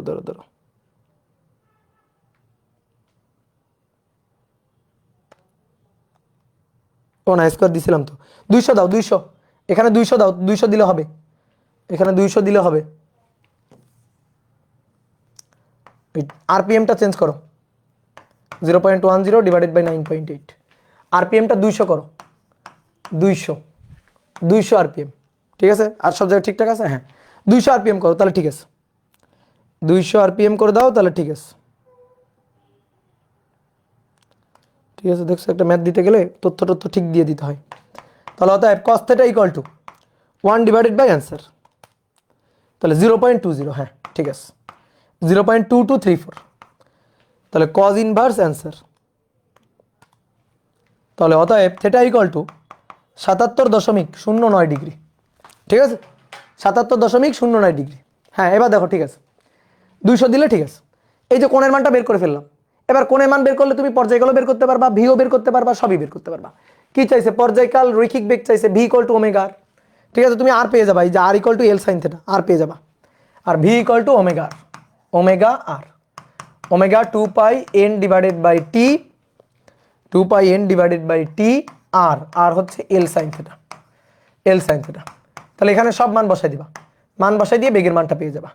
টি এর মান তুমি ওমেগা জানো তো, দেখো ওমেগা জানো তো, টি এর মান কষ্ট করে আর সূত্র দিয়ে বের করার দরকার নেই। ঠিক আছে, তুমি ওমেগা জানো, দেখো এই যে টি না, এই টি এর সূত্র দিয়ে বের করবো কিনা, তুমি ভাই ওমেগা জানো তো, ওমেগা তো জানো। তাহলে omega equal to 2 pi by T, omega equal to 2 pi by T, এখান থেকে ডাইরেক্ট টি বের করে নিবা। কোনো সমস্যা আছে বলো? এই তো হয়ে গেল, শেষ। ব্যাংকিং এর এই সূত্রটা ডিরেক্ট বসানো যাইতো কিনা? সবসময় ব্যাংকিং এর সূত্র হবে না রে পাগল, এখানে কাকতালীয় ভাবে সেম হয়ে গেছে, এখানে কাকতালীয় ভাবে সেম হয়ে গেছে। এখানে যে ব্যাংকিং এর সূত্র আমি খাটাইছি এমনটা না, সূত্রটা ওরকম চলে আসছে কাকতালীয়। ঠিক আছে, তাহলে এই হচ্ছে ব্যাপার, কি ক্লিয়ার? তাহলে মূল মূল সূত্র হচ্ছে এই দুইটা, এই দুইটা যে বুঝবে, এই দুইটা যে পারবে, তারপরে এই সূত্র ভেজে খাইতে সবাই পারবে। ঠিক আছে, মূল হচ্ছে এই দুইটা। বলো বুঝছো কিনা, বলো বুঝতে পারছো কিনা? এবার বলা হচ্ছে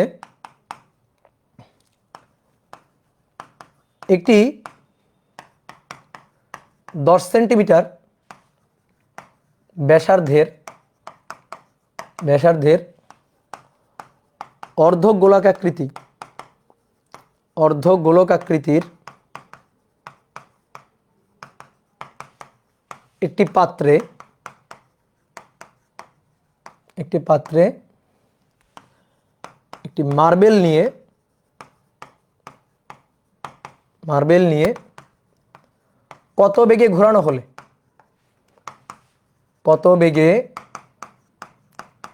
ঘোরানো হলে তা কেন্দ্রগামী উলম্ব রেখার সাথে 30 ডিগ্রি কোণ তৈরি করে। রেখার সাথে 30 ডিগ্রি কোণ তৈরি করে।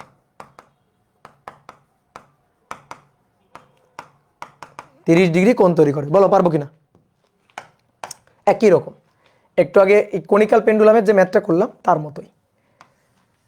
একটা অর্ধ গোলকাকৃতির পাত্র, একটা অর্ধ গোলকাকৃতির পাত্র, এই পাত্রের মধ্যে একটা মার্বেল নিয়ে ঘোরানো হচ্ছে, এটা হচ্ছে সেন্টার।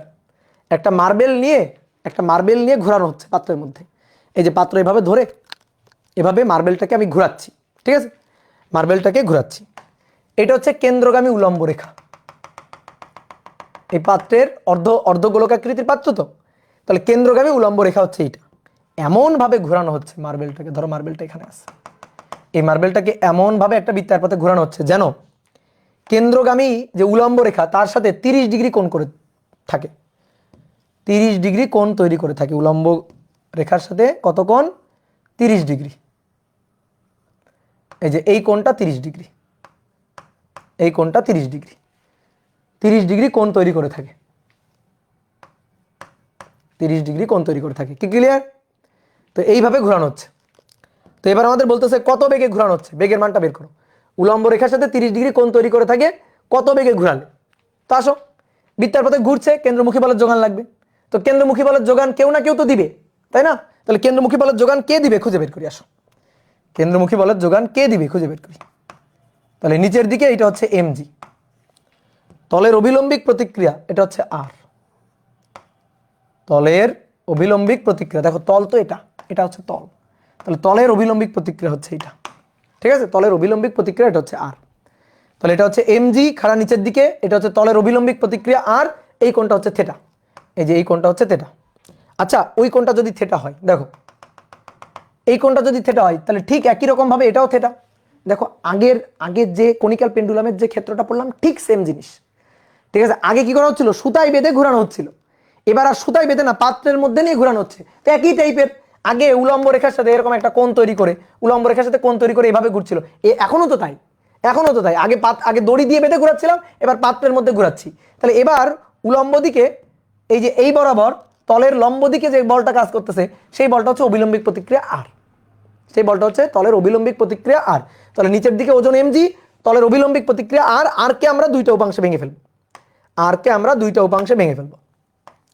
তাহলে এই দিক বরাবর একটা উপাংশ আর এই দিক বরাবর একটা উপাংশ। তাহলে এই দিক বরাবর উপাংশটা হচ্ছে আর cos θ, এদিক বরাবর উপাংশ আর cos θ, আর এই দিক বরাবর যে উপাংশটা সেটা হচ্ছে আর sin θ। এদিক বরাবর যে উপাংশটা সেটা হচ্ছে আর sin θ, আর এই দিক বরাবর এই যে আর sin θ কেন্দ্রমুখী বলের যোগান দিচ্ছে, দ্যাট ইজ fc। ঠিক আছে, এই আর sin θ কেন্দ্রমুখী বলের যোগান দিচ্ছে, দ্যাট ইজ fc। এবার আসো তো এই বৃত্তটাকে আমরা একটু বাইরে আঁকি, তো এভাবে এই যে ত্রিভুজটাকে বাইরে আঁকলাম, দেখো এটা কিন্তু এই এই এই গোলকের ব্যাসার্ধ, এই যে এটা কিন্তু গোলকের ব্যাসার্ধ। তো গোলকের ব্যাসার্ধ এটাকে আমরা বড় হাতের আর বললাম, এটা হচ্ছে তলের অভিলম্বিক প্রতিক্রিয়া আর, আর এটা হচ্ছে গোলকের ব্যাসার্ধ আর, দুটো আরের মধ্যে কিন্তু পার্থক্য আছে। তাহলে এটা হচ্ছে গোলকের ব্যাসার্ধ আর, আর এই বরাবর তলের অভিলম্বিক প্রতিক্রিয়া এটা আর, দুইটা আর হয়ে গেছে। এখন কি করবা বলো, এন দিয়ে লিখতে পারো, অভিলম্বিক প্রতিক্রিয়াটাকে নর্মাল রিঅ্যাকশন এন দিয়েও লিখতে পারো। আর এইটা হচ্ছে আর, যে বৃত্তার পথে ঘুরতেছে, ঠিক আছে, যে বৃত্তার পথে মার্বেলটা ঘুরতেছে এটা হচ্ছে আর, আর এই কোণটা হচ্ছে থিটা। তাহলে এখানে ঠিক একইভাবে সাইন থিটা ইকুয়াল টু কি লিখতে পারি, sine theta equal to R divided by বড় আর। অর্থাৎ এই R equal to R sine theta. তাহলে এই আর হচ্ছে গোলকের ব্যাসার্ধ, পাত্রের ব্যাসার্ধ, আর এই আর হচ্ছে যে বৃত্তার পথে মার্বেলটা ঘুরতেছে তার ব্যাসার্ধ, যে বৃত্তার পথে মার্বেলটা ঘুরতেছে তার ব্যাসার্ধ। তাহলে কেন্দ্রমুখী বলের যোগান কে দিচ্ছে, আর সাইন থিটা, আর আর cos θ বিপরীতে কি আছে, mg, ঠিক একই জিনিস। তাহলে আর সাইন থিটা এটা equal to M V square by R, আর আর cos θ এটা ইকুয়াল টু mg। তাহলে নাও দুটোকে ভাগ করে ফেলো, আর আর কাটাকাটি, 1 নং 2 নং, দেখো এখানেও ব্যাংকিং চলে আসছে, 1/2।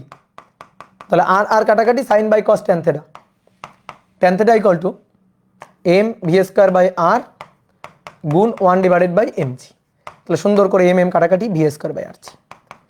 তাহলে tan θ equal to V square by R G. এবার বলো কি চাইছে তোমার, এবার তোমার কি চাইছে, 30 ডিগ্রি কোণ করে নিয়ে ঘোরানো হচ্ছে, পাত্রের ব্যাসার্ধ দেওয়া আছে 10 সেন্টিমিটার, বলা হচ্ছে কত বেগে ঘোরানো হচ্ছে। তাহলে আর এর মানটা আগে লাগবে, তো আর এর মানটা আমরা বের করে নিই। এইটা হচ্ছে 10 সেন্টিমিটার আর এই কোণটা হচ্ছে 30 ডিগ্রি। তাহলে অতএব আর এর মান 10 সেন্টিমিটার আর সাইন 30 ডিগ্রি, তো সাইন 30 ডিগ্রি হাফ, তাহলে 5 সেন্টিমিটার হয়ে গেছে, শেষ। তাহলে এখান থেকে tan 30 ডিগ্রি ভি স্কোয়ার, বেগের মানটা বের করতে চাই, ডিভাইডেড বাই আর জি, আর এর মান 5 সেন্টিমিটার, 0.05 ইন্টু 9.8, তাহলে অতএব বেগের মান ভি। তাহলে tan 30 ডিগ্রি গুণ 0.05 গুণ 9.8, তাহলে tan 30 ডিগ্রি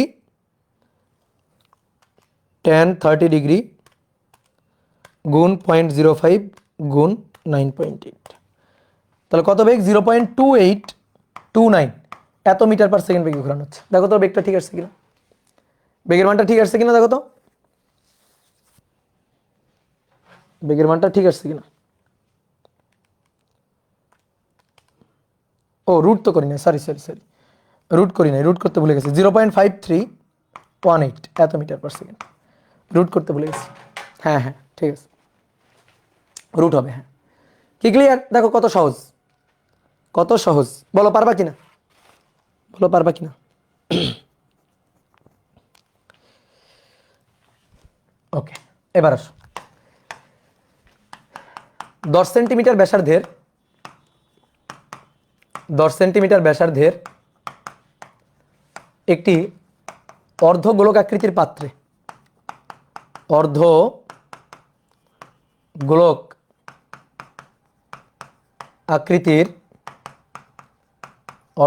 আকৃতির পাত্রে একটি মার্বেল নিয়ে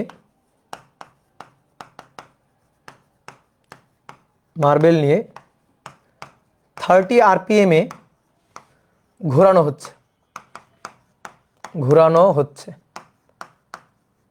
30 RPM এ ঘোরানো হচ্ছে।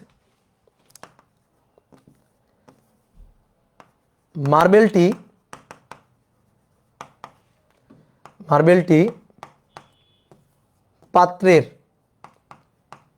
পাত্রের সর্বনিম্ন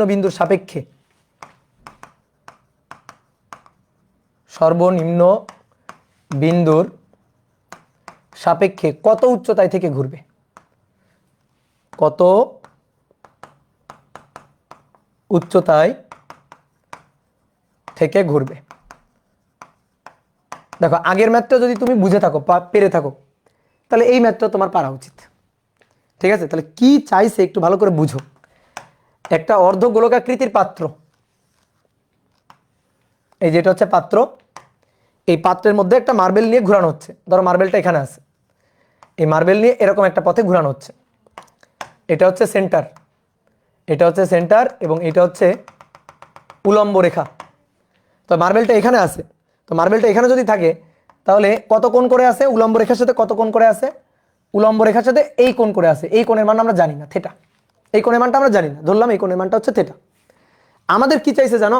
আমাদের চাইছে, ভালো করে দেখো, আমাদের কি চাইছে?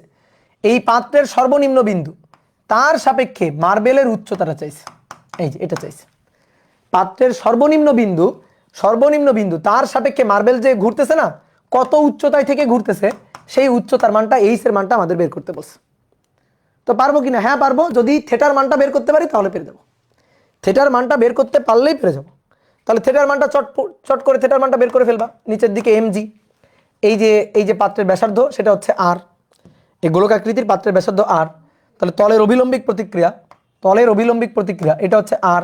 r কে দুটো অংশে ভেঙে ফেলবা, তো দুটো অংশে ভাঙলে এদিক বরাবর একটা উপাংশ, এদিক বরাবর একটা উপাংশ। এই কোণটা থিটা হলে এই কোণটা থিটা। তাহলে এদিক বরাবর r cos থিটা, এদিক বরাবর r sin থিটা। তাহলে r sin থিটাই কেন্দ্রমুখী বলের যোগান দিচ্ছে, দ্যাট ইজ fc। তাহলে ঠিক আগের মতো r sin থিটা এটা equal to mv square by r, আর r cos theta equal to mg। Okay, done. r sin theta এটা equal to mv square by r cos theta equal to mg। দুটাকে সুন্দর করে ভাগ দিয়ে দিবা ঠিক আগের মতো। ঠিক আছে, অনেকে বলতে ভাই আমি ডাইরেক্ট যদি সূত্র মুখস্থ করে নিই, ডাইরেক্ট মুখস্থ করে নিতে পারো, কিন্তু কত সূত্র মুখস্থ করবা? নিয়ম মাথায় রাখবা। 1/2 আর কাটাকাটি sin বাই cos tan theta equal to V square by R G. এইবার শোনো কি চাইছে। আমাদের দেওয়া আছে ওমেগা, কত আরপিএম এ ঘোরানো হচ্ছে আমাদের সেইটা বলে দেওয়া আছে। ওমেগা হচ্ছে 30 RPM, ওমেগাটা বলে দেওয়া আছে। তো ভি কে ভাঙলে ওমেগা আমরা পেয়ে যাব। আর এর মান আমরা জানি না, ওই আগের মতো, ঠিক আগের ম্যাথটার মতো। আর এর মান আমরা জানি না, তো আর এর মানটা আমরা বের করতে পারবো। দেখো, আর এর মানটা আমরা বের করতে পারবো।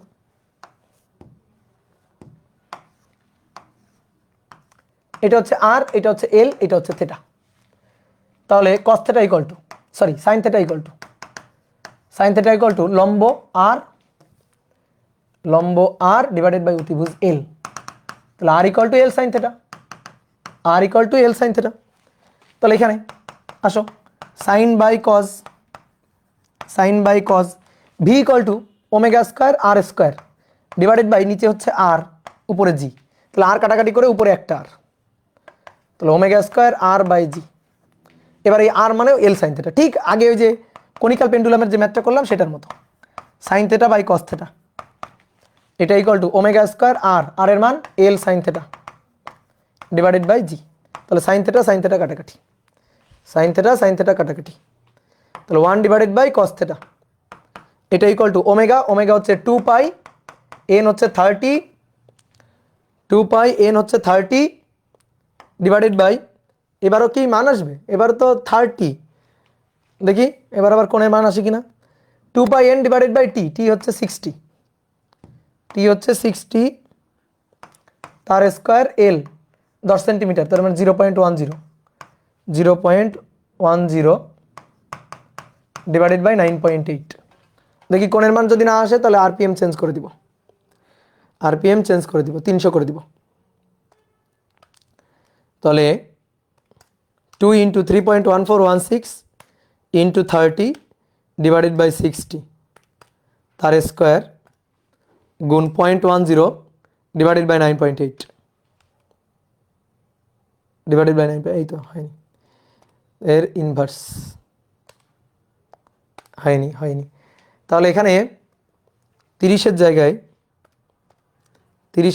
2 গুণ 3.14 গুণ 30-এর জায়গায় যদি 90 করি 60 তার স্কোয়ার গুণ 0.10 ডিভাইডেড বাই 9.8।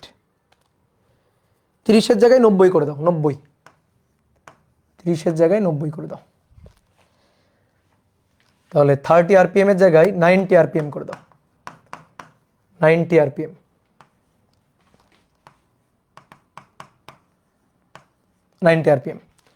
তাহলে অতএব থেটা এর ইনভার্স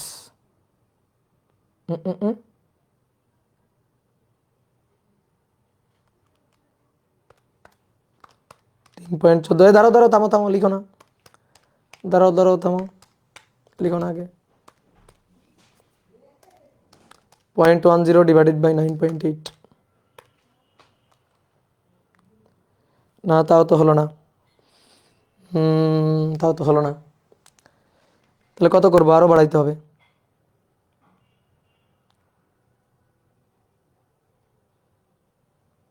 200 করে দিই একবারে, 200 করে দাও, 200 করে দাও, 200 আরপিএম।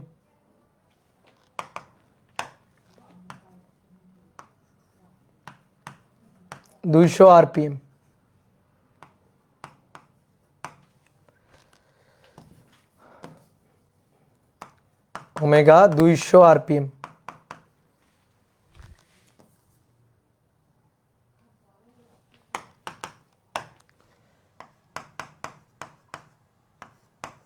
ওকে, তাহলে এবার কোণের মান, তাহলে কজ ইনভার্স অ্যান্সার, তাহলে 77.09 এত ডিগ্রি। ঠিক আছে, ওই আগেরটার মতোই ভাই, 100 দিলেই আসবে, হ্যাঁ 100 দিলে আসবে, 200 করে দিলাম, 100 দিলেও আসতো, হ্যাঁ। তাহলে থেটার মানটা পেয়ে গেলাম, তো থেটার মানটা পেয়ে গেলাম, এটা কিন্তু আমাদের অ্যান্সার না, থেটার মানটা আমরা পাইলাম, এটা কিন্তু আমাদের অ্যান্সার না, আবার কাটতে হবে, হ্যাঁ একটু কাটো। তো এটা কিন্তু আমাদের অ্যান্সার না, বলো অ্যান্সার কোনটা, অ্যান্সার হচ্ছে এইচ, তাহলে দেখো ভালো করে শোনো, অ্যান্সার কোনটা, আমাদের অ্যান্সার চাইছে কোনটা, এইটা হচ্ছে মার্বেলের অবস্থান, এটা হচ্ছে মার্বেলের অবস্থান, এটা হচ্ছে আর, এটা হচ্ছে এল, এটা হচ্ছে থেটা। তাহলে আমাদের বলছে মার্বেল সর্বনিম্ন বিন্দুর সাপেক্ষে, এই যে পাত্রের সর্বনিম্ন বিন্দু হচ্ছে এটা, এই বিন্দুর সাপেক্ষে কত উচ্চতায় আছে, এই বিন্দুর সাপেক্ষে কত উচ্চতায়, এই যে এইচ উচ্চতায়, এটাই হচ্ছে আমাদের অ্যান্সার। আমাদের অ্যান্সার হচ্ছে এইটুকু। তাহলে দেখো ভাইয়া, এইখান থেকে এই পুরোটুকু কিন্তু আর, পাত্রের ব্যাসার্ধ আর, ঠিক আছে। এইটা, এই যে এটাকে এল বলছি না, এল বলছি, ওই যে এল মানেই তো আর কি, এল মানেই আর, এই এল মানেই আর, এখানে বড় হাতের আর দিয়ে লিখো, এল দিয়ে বললেও সমস্যা নাই, তাহলে এইটা হচ্ছে আমাদের বড় হাতের আর। তাহলে এইটুকু কত, দেখো তো, বলো তো এইটুকু কত, বলো এইটুকু কত,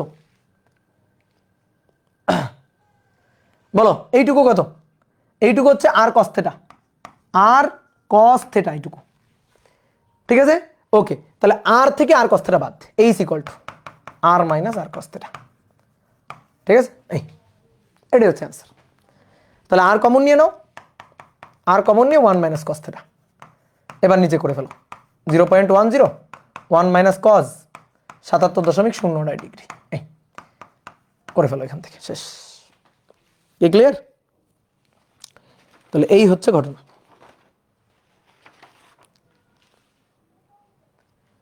তাহলে বলো তো, পারবে না এই টাইপের ম্যাথ আসলে?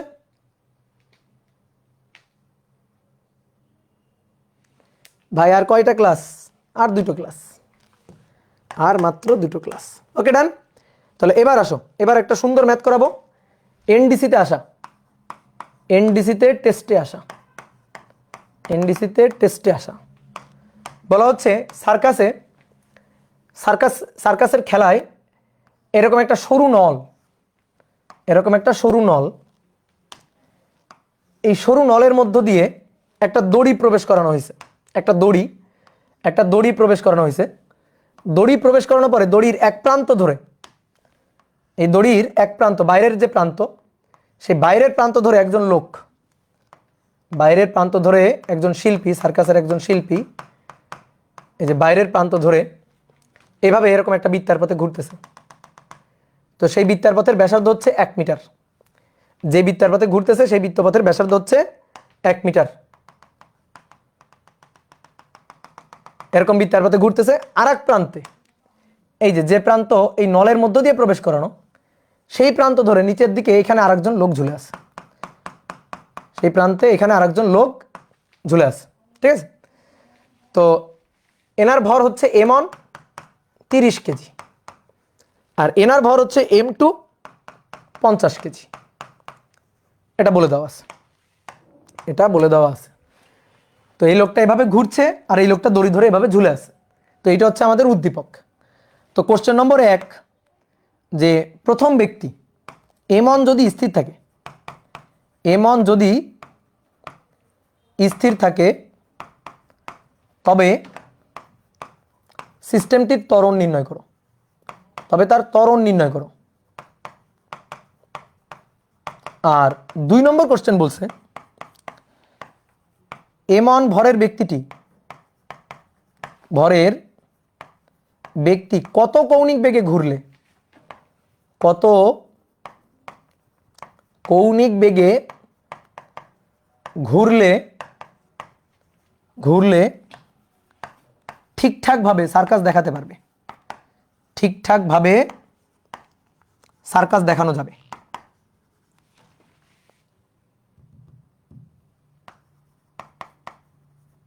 খুবই সুন্দর একটা কোশ্চেন, আমার খুবই ভালো লাগছে।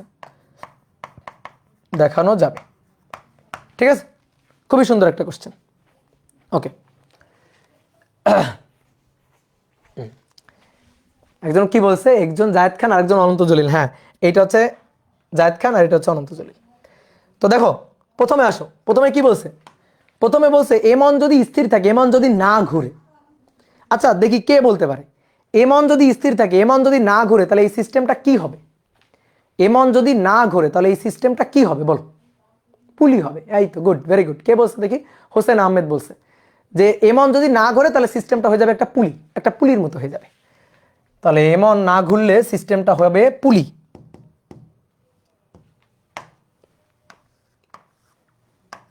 এই যেটা হচ্ছে নল, m1 যদি না ঘুরে তাহলে এই যে নিচের দিকে এটা হচ্ছে m1 এভাবে ঝুলে আছে, আর এই পাশে m2 ঝুলে আছে, m2 এভাবে ঝুলে আছে। ঠিক আছে? তাহলে m1 এর ভর হচ্ছে 30 কেজি, m2 এর ভর 50 কেজি, তাহলে m2 বেশি, m2 50 কেজি বেশি, আর m1 30 কেজি, 30 কেজি কম। তাহলে কি হবে? পুলি সিস্টেম, এটা একটা পুলির মতো। তাহলে পুলির মতো m2 নিচের দিকে নামবে, m1 উপরের দিকে উঠবে, m2 নিচের দিকে নামবে, m1 উপরের দিকে উঠবে। তাহলে m2 নিচের দিকে যে ত্বরণ নিয়ে নামবে সেই ত্বরণটা a, আর m1 উপরের দিকে যে ত্বরণ নিয়ে উঠবে সেই ত্বরণটা a। তো এই ত্বরণ বের করতে পারি কিনা? আমরা পারি। সূত্র কি ছিল? বড় ভর বিয়োগ ছোট ভর, আর নিচে দুটো ভরের যোগফল, m1 প্লাস m2 বা m2 plus m1, m1 plus m2 বা m2 প্লাস m1 ইন্টু জি। দেখো তো এই সূত্র ছিল কিনা। এবার কি এই সূত্র আমি তোমাকে করে দেখাবো কিভাবে আসলো। ঠিক আছে? কিভাবে আসলো এটা কি করে দেখাইতে হবে? করে দেখাইতে হলে কিন্তু মায়ের হবে, মায়ের, একেবারে মায়ের। তাহলে 50 বিয়োগ m1 হচ্ছে 30, আর নিচে 50 যোগ 30, জি এর মান কত? 9.8। তো শেষ, 3 মার্ক পেয়ে গেলাম। তাহলে উপরে 20 আর নিচে হচ্ছে 80 গুণ 9.8, তাহলে 2.45 এত মিটার পার সেকেন্ড স্কয়ার, এই হচ্ছে ত্বরণ। ঠিক আছে? তাহলে ত্বরণ হবে এটা। গেল এটা। এবার আসো 2 নম্বর কোশ্চেনটা বলছে যে কত কৌণিক বেগে ঘুরলে এই এই ঘটনাটা ঘটানো যাবে। ঠিক আছে, কি ঘটনাটা ঘটানো যাবে? এমন স্থির থাক, মানে সরি, এমন ওই পয়েন্টে থেকে ঘুরতে থাকবে 1 মিটার ব্যাসার্ধে বৃত্তার পথে, এভাবে ঘুরতে থাকবে, এভাবে ঘুরতে থাকবে। ঠিক আছে, M2 ঝুলে আছে, M2 ঝুলে আছে। তুমি বলতে পারো ভাই M2 নিচে পড়ে যাবে না? না, পড়বে না। ওটাই তো কথা, যে এমন যদি ঘুরতে থাকে একটা নির্দিষ্ট কৌণিক বেগ নিয়ে যদি ঘুরতে থাকে, তাহলে M2 নিচে পড়ে যাবে না। ঠিক আছে, M2 নিচে পড়ে যাবে না, M2 ঝুলে থাকবে আর এমন এভাবে ঘুরতে থাকবে। একটা নির্দিষ্ট কৌণিক বেগে ঘুরলে এটা সম্ভব। একটা নির্দিষ্ট কৌণিক বেগে ঘুরলে 1 মিটার ব্যাসার্ধের বৃত্তার পথে যদি নির্দিষ্ট একটা কৌণিক বেগ নিয়ে ঘোরে, তাহলে এই ঘটনাটা ঘটানো সম্ভব। ঠিক আছে, তাহলে আমরা সেটাই দেখব যে কত কৌণিক বেগ নিয়ে ঘুরলে এই ঘটনাটা ঠিকঠাকভাবে ঘটানো যাবে। তাহলে আসো দেখো একটু চিত্র আঁকি। এইটা হচ্ছে নল বা পাইপটা, একটু ছোট্ট করে আঁকি এটা। এটা হচ্ছে নল বা পাইপটা।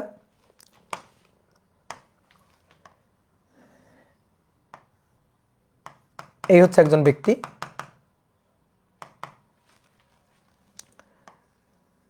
আর দড়ির এই প্রান্তে আর একজন ব্যক্তি। ওকে, এইবার আসো দেখো, এ তো বৃত্তার পথে ঘুরছে, এরকম একটা বৃত্তার পথে ঘুরছে। তো এই বৃত্তপথের যে ব্যাসার্ধটা সেটা জানা, আর এটা 1 মিটার জানা। ঠিক আছে, এই বৃত্তপথের ব্যাসার্ধটা আর জানা। এবার সবাই একটু বোর্ডে দেখো। দেখো প্রথমে আসো এর কথা চিন্তা করি। এ কি স্থির আছে না?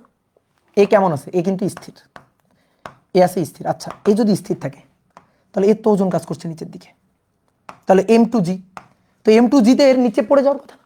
বলো, M2G তে এর তো নিচে পড়ে যাওয়ার কথা, তো পড়বে না কেন? দড়ি দিয়ে বাঁধা আছে তাই। তাহলে নিচের দিকে M2G, তাহলে উপরের দিকে কি? দড়ির টান। উপরের দিকে দড়ির টান, দড়ির টান T। ক্লিয়ার? এবার বলো, এর জন্য এর উপর আর কোনো বল নেই, কিন্তু এ কিন্তু ঘুরতেছে না, এর জন্য কোনো কেন্দ্রমুখী বল টল নেই। তাহলে নিচের দিকে M2G, উপরের দিকে টান T। এবার তুমি বলো T বড় না M2G বড়? T বড় নাকি M2G বড়? বড়। সমান। তাহলে আমরা কি লিখতে পারি? T সমান সমান M2G লিখে দিতে পারি। ক্লিয়ার? ওকে, ডান। এইবার আসো, এ তো ঘুরতেছে, এ যদি ঘোরে তাহলে তো ভাই কেন্দ্রমুখী বলের যোগান দিতে হবে। এ যদি ঘোরে তাহলে কেন্দ্রমুখী বলের তো যোগান দিতে হবে। তো এর ওজন কাজ করতেছে কোন দিকে? নিচের দিকে। এর ওজন কত? M(G). M(G). দড়ির টান T, দড়ির টান T। বলো তো, এই যে দড়ির টানটা, এই দড়ির টানটা আগের টানের চেয়ে বেশি না কম? বলো, এই দড়ির টানটা আগের টানের চেয়ে বেশি নাকি কম? সমান। ইয়েস, কারণ দড়ি যতক্ষণ একই থাকবে টান ততক্ষণ একই। দড়ি একই, টান একই। দড়ি আলাদা, টান আলাদা হবে, কিন্তু দড়ি যদি একই থাকে তাহলে টান একই থাকবে। তাহলে এটা হচ্ছে দড়ির টান T। ওকে, এবার এই কোণটাকে আমরা বললাম থেটা, এই কোণটা থেটা। এই কোণটা যদি থেটা হয় তাহলে এবার আমরা টি কে দুইটা উপাংশে ভাঙবো। এই যে টি, এই টি কে দুইটা উপাংশে ভাঙবো, এই যে দুইটা উপাংশে ভেঙে ফেলবো। এই কোণটা থেটা হলে এই কোণটা থেটা, এই কোণটা থেটা। তাহলে এই দিক বরাবর টি কস থেটা, আর এই দিক বরাবর টি সাইন থেটা। দেখো সবগুলো ম্যাথই কিন্তু একই রকম ঘুরে ফিরে, টি সাইন থেটা। টি কিন্তু আর নাই, এই টি কিন্তু মরে গেছে, টি কিন্তু আর নাই। তাহলে কেন্দ্রমুখী বলের যোগান তো লাগবে। কেন্দ্রমুখী বলের যোগান কে দিচ্ছে বলো? কেন্দ্রমুখী বলের যোগান, এই যে এদিকে কেন্দ্রমুখী বলের যে যোগান লাগবে সেই যোগানটা কে দিচ্ছে? কেন্দ্রমুখী বলের যোগানটা কে দিচ্ছে? টি সাইন থেটা দিচ্ছে। তাহলে T cos theta equal to MG, T cos theta equal to MG, আর T sine theta equal to FC. তাহলে আসো, টি সাইন থেটা একই জিনিস, সব জায়গায় সূত্র একই। দেখো, T sine theta equal to FC, আর এফসি মানে M V square by R, M V square by R. বা যেহেতু কৌণিক বেগ চাইছে তাহলে এম ওমেগা স্কয়ার আর, এটা লিখো। এটা 1 নম্বর সমীকরণ। আর টি কস থেটা এটা ইকুয়াল টু ভাই এমজি, এমজি। তাহলে এটা আমাদের 2 নম্বর সমীকরণ। এবার একটা কাজ করি, দুইটারে ভাগ দিয়ে দিই। তাহলে 1/2, তাহলে টি টি কাটাকাটি, sine by cos tan theta. তাহলে tan theta equal to M M কাটাকাটি, omega square R divided by G, omega square R divided by G. ঠিক আছে, কি ক্লিয়ার? তাহলে আমাদের কি লাগবে? আমাদের লাগবে ওমেগা। তো থেটার মান তো জানি না, আর এর মান জানি, আর এর মান 1 মিটার, এই যে জানি আর এর মান দেওয়া আছে 1 মিটার, তাই না? 1 মিটার বৃত্তাকার পথে, 1 মিটার ব্যাসার্ধে বৃত্তাকার পথে ঘুরতেছিল, যে আর এর মান দেওয়া ছিল। তাহলে আর এর মান আমরা জানি, আর এর মান জানি, ওমেগার মান বের করতে হবে, জি এর মান জানি, থেটার মান জানি না। এটাই কাহিনী। দেখি তোমাদের উপরে ছেড়ে দিলাম, বলো থেটার মান কেমনে বের করা যাবে? থেটার মান কেমনে বের করা যাবে? এই যে এইখানে যে একটা সূত্র লিখে রাখছে, এখান থেকে থেটার মান বের করা যাবে, এখান থেকেই থেটার মানটা বের করা যাবে। কি ক্লিয়ার? আচ্ছা, এখানে ভরটা কিন্তু এমন, মাথায় রাখিও, এখানে ভরটা কিন্তু এমন, তো ব্যাপার না, এমন এমন কাটাকাটি। ঠিক আছে, তাহলে আমাদের দরকার থেটা। তাহলে দেখো, টি সমান সমান এম টু জি।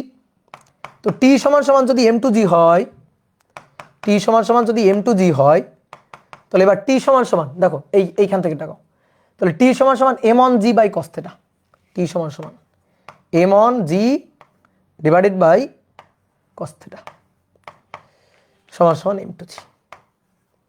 তাহলে জি আর জি কাটাকাটি, cos theta equal to M on by M two, দেখছো? তাহলে অতএব theta equal to cos inverse M on এর মান 30 আর এম টু এর মান 50, এই যে থিটার মানটা পেয়ে গেলাম। কজ ইনভার্স 30/50, তাহলে 53.13 ডিগ্রি, এই যে থিটার মান পেয়ে গেছি। থিটার মান নিয়ে এখানে বসাই দাও। তাহলে tan 53.13 degree, omega square, R এর মান 1, জি এর মান 9.8। তাহলে অতএব ওমেগা ইকুয়াল টু,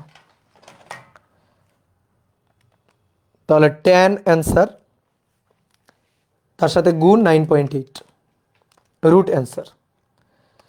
তাহলে অতএব ওমেগা ইকুয়াল টু 3.6147 এত রেডিয়ান পার সেকেন্ড, এটা হচ্ছে ওমেগা। বুঝতে পারছো? এত কৌণিক বেগ নিয়ে ঘুরলেই এই ঘটনা সম্ভব। তাহলে অ্যান্সার হচ্ছে এইটা। এই কৌণিক বেগ নিয়ে যদি ঘোরে তাহলে M2 স্থির থাকবে, বুঝছো? M2 নিচে পড়ে যাবে না, উপরে উঠে আসবে না। আর যদি এর চেয়ে বেশি স্পিড নিয়ে ঘোরে, যদি এর চেয়ে বেশি স্পিড নিয়ে ঘোরে তাহলে কি হবে? এর চেয়ে বেশি স্পিড নিয়ে যদি ঘোরে তাহলে মনে করো M1 উপরে বা নিচে নামতে পারে, তাহলে M2 উপরে বা নিচে উঠতে পারে। তো M2 স্থির থাকবে, তার জন্য ওমেগা মান হবে এইটা। ঠিক আছে, এই হচ্ছে কথা। ক্লিয়ার? হ্যাঁ, যদি এ আরো বেশি স্পিড নিয়ে ঘোরে তাহলে M2 আস্তে আস্তে উপরে উঠে আসবে। ঠিক আছে, বা এ যদি আস্তে আস্তে স্পিড কমায় দেয়, স্পিড যদি কমায় দিতে থাকে তাহলে M2 নিচে নেমে যাবে। আর এই স্পিড যদি থাকে, এই কৌণিক বেগ নিয়ে যদি ঘোরে তাহলে ওই পয়েন্টে থেকেই ঘুরতে থাকবে, ওই পয়েন্টে থেকেই এভাবে ঘুরতে থাকবে। কথা বুঝছো? ক্লিয়ার? তো দেখো এই যে মানে ভালো ভালো কলেজগুলোতে কোশ্চেন কিন্তু একটু ঘোরায় ফিরায় আসে। ঠিক আছে, গতানুগতিক ধারায় পড়াশোনা করলে ভালো ভালো কলেজগুলোতে তুমি কিন্তু সৃজনশীল প্রশ্নের অ্যান্সার করতে পারবে না। বিশেষ করে এনডিসির কোশ্চেনগুলো খুবই সুন্দর হয়। তারপর আমাদের এখানে রাজশাহী কলেজের কোশ্চেনগুলো কিন্তু খুবই সুন্দর হয়। ঠিক আছে, বেশি কঠিন না, এটা বেশি কঠিন না। তোমার কাছে কনসেপ্ট ক্লিয়ার থাকলে কোনো ম্যাথই কঠিন না। তুমি দেখবা সব ম্যাথেই তুমি কমন পাবা। তো আমি তোমার গ্যারান্টি দিয়ে বলতেছি, তোমার এই আমি যে কটা অধ্যায় পড়াচ্ছি এর উপরে যদি যে কোনো কলেজে সৃজনশীল প্রশ্ন ঘুরাই ফিরাই যেভাবেই দিক না কেন তুমি অ্যান্সার করতে পারবা। অলরেডি তোমরা কলেজে পরীক্ষা দিছো, তুমি একটু দেখো যা আমরা পড়াইছি তার মধ্য থেকে কোশ্চেন আসলে তোমার কেউ আটকাইতে পারছে কিনা। ঠিক আছে, যেগুলো আমরা পড়াইছি তার মধ্যে কোশ্চেন যেভাবেই আসুক তোমার কেউ আটকাইতে পারছে কিনা? পারবে না। তুমি যদি নিজে নিজে পড়ে থাকো, নিজে যদি একটু প্র্যাকটিস করো, তোমার কেউ আটকাইতে পারবে না। কারণ সব কনসেপ্ট আমি তোমাদের পড়াই দিচ্ছি একেবারে। ওকে, তো আরেকটা ম্যাথ আমরা একটু করব, আরেকটা ম্যাথ একটু করব। সেটা হচ্ছে এরকম একটা চাকতি আছে, সরি চাকতি না, ধরো একটা টেবিল আছে, এটা একটা টেবিল। এই টেবিলের উপর এখানে একটা ছিদ্র করা হয়েছে, টেবিলের উপর একটা ছিদ্র করা হয়েছে। ছিদ্র করে এখান থেকে দড়ি প্রবেশ করাই দিছি, দিয়ে এইখানে একটা ভার ঝুলাই রাখছি। এই ভারটা হচ্ছে M1, এটা হচ্ছে 0.3 কেজি। আর এই টেবিলের উপরে একটা ভার আছে, টেবিলের উপরে একটা ভার বেঁধে রাখছি, এটা হচ্ছে M2, এটা হচ্ছে 0.5 কেজি, 0.5 কেজি। ঠিক আছে, এবার বলা হচ্ছে এর ব্যাসার্ধ হচ্ছে 3 সেন্টিমিটার। তো এইটা কত বেগে ঘুরতে থাকলে, এই টেবিলটা কিন্তু ঘর্ষণহীন টেবিল, ঘর্ষণহীন টেবিল। তো এই যে এই বস্তুটা উপরে যে বস্তুটা আছে, এই বস্তুটা কত বেগে টেবিলের উপর থেকে ঘুরতে থাকলে, কত বেগে টেবিলের উপর থেকে ঘুরতে থাকলে M1 নিচে পড়ে যাবে না। তাহলে M2 কত বেগে ঘুরতে থাকলে ব্যাসার্ধ, এই যে 3 সেন্টিমিটার ব্যাসার্ধ, ব্যাসার্ধটা অপরিবর্তিত থাকবে, ব্যাসার্ধ অপরিবর্তিত থাকবে, অপরিবর্তিত থাকবে, বা M1 নিচে পড়ে যাবে না। কি ক্লিয়ার? দেখো একটু আগে যা করছো সেইটাই, একটু আগে যেটা করছো সেটাই। তো করো তো এটা একটু অ্যানালাইসিস করো তো দেখি। নিচের দিকে ওজন M1G, উপরের দিকে টান, দড়ির টান উপরের দিকে, তাহলে উপরের দিকে দড়ির টান T, তাই তো? তাহলে নিচের দিকে এম অন জি, উপরের দিকে টান টি। কি ক্লিয়ার? এইবার আসো এর নিচের দিকে ওজন এম জি, নিচের দিকে ওজন এম জি টেবিলের তলে আছে, তো নিচের দিকে ওজন এম টু জি, উপরের দিকে তলে যেহেতু আছে তাহলে তলের উপরের দিকে অবিলম্বিক প্রতিক্রিয়া আর, তলের উপরের দিকে অবিলম্বিক প্রতিক্রিয়া আর, আর বৃত্তাকার পথে ঘুরবে, একটা বেগ নিয়ে ঘুরবে, তাহলে বেগ নিয়ে ঘুরলে তো কেন্দ্রমুখী বলের যোগান লাগবে। এর উপর আর একটা বল আছে, সেটা হচ্ছে দড়ির টান। এই যে দড়ি, দড়ি যতক্ষণ একই, টান ততক্ষণ একই, দড়ির টান টি। তাহলে বলো এর উপর ক্রিয়ারত বল আর আছে, এম টু জি আছে, টি আছে, বলো কেন্দ্রমুখী বলের যোগান কে দিচ্ছে? এখানে টান টি হলে এখানেও টান টি, একই দড়ি, তাহলে কেন্দ্রমুখী বলের যোগান কে দিচ্ছে? ইয়েস, কেন্দ্রমুখী বলের যোগান দিচ্ছে দড়ির টান টি, দড়ির টান টি। এফসি এর যোগান আসতেছে টি থেকে। হয়ে গেছে, ম্যাথ শেষ, ম্যাথ শেষ। আসো তাহলে এখানে টি সমান সমান এম অন জি, ওকে, আর এখানে টি সমান সমান, টি সমান সমান M two M V square by R, মানে এফসি আর কি, একটু লিখি এফসি। তাহলে টি ইকুয়াল টু এফসি মানে M V square by R, কোন এম, কোন M, M two, M two, আর এই টি ইকুয়াল টু উপর থেকে এনে T equal to M one G, M one G, M two V square divided by R. তাহলে এখান থেকে এবার ভি এর মানটা বের করবা।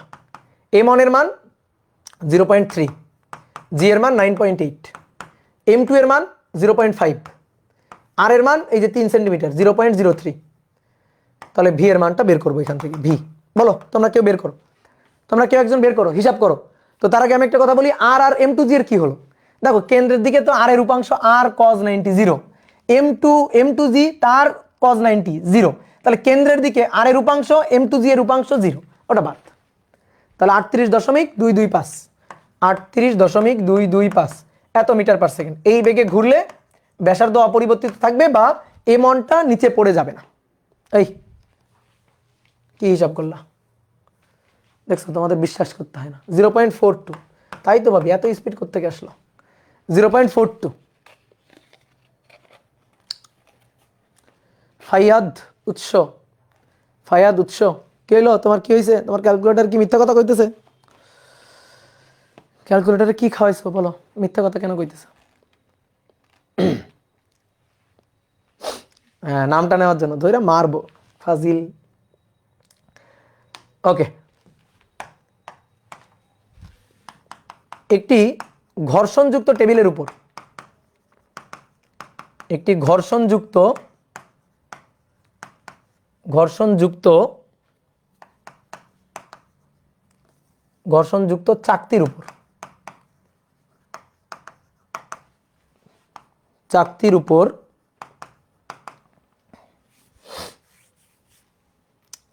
0.2 কেজি ভরের বস্তু, 0.2 কেজি ভরের বস্তু 8 সেন্টিমিটার বৃত্তাকার ব্যাসার্ধের পথে ঘোরে, ব্যাসার্ধের পথে ঘুরতে পারে, ঘুরতে পারে। তাহলে 0.5 কেজি ভরের বস্তু, ভরের বস্তু কত ব্যাসার্ধের বৃত্তার পথে ঘুরবে? কত ব্যাসার্ধের বৃত্তাকার পথে চাকতির উপর ঘুরতে পারবে? কত ব্যাসার্ধের বৃত্তাকার পথে চাকতির উপর ঘুরতে পারবে? চাকতির উপর ঘুরতে পারবে। নাও করো এটা।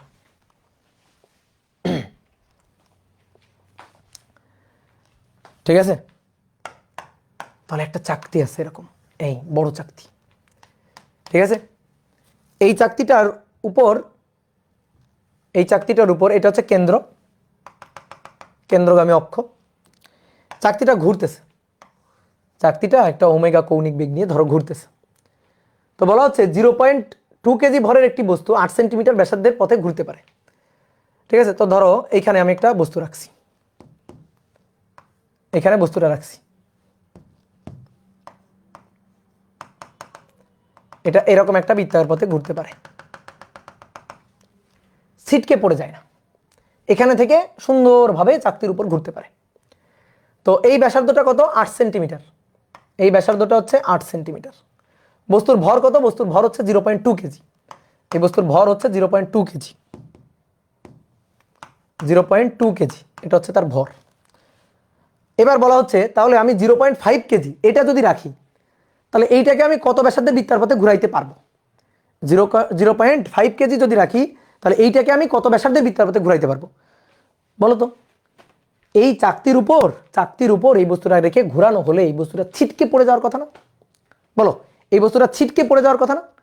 ছিটকে পড়ে যাচ্ছে না কেন? কেন পড়ে যাচ্ছে না? কারণ ফ্রিকশন আছে। কেন পড়ে যাচ্ছে না? কারণ ফ্রিকশন আছে। কি কথা বুঝছো? ফ্রিকশন তাকে টেনে ধরে রাখছে, ফ্রিকশন তাকে টেনে ধরে রাখছে, কেন্দ্রের দিকে বল দিয়ে টেনে ধরে রাখছে। তাহলে দেখো, এই বস্তুর উপর ক্রিয়ারত বল অ্যানালাইসিস করি, নিচের দিকে ওজন এমজি, তলের অভিলম্বিক প্রতিক্রিয়া উপরের দিকে আর, তলের অভিলম্বিক প্রতিক্রিয়া উপরের দিকে আর, ঠিক আছে?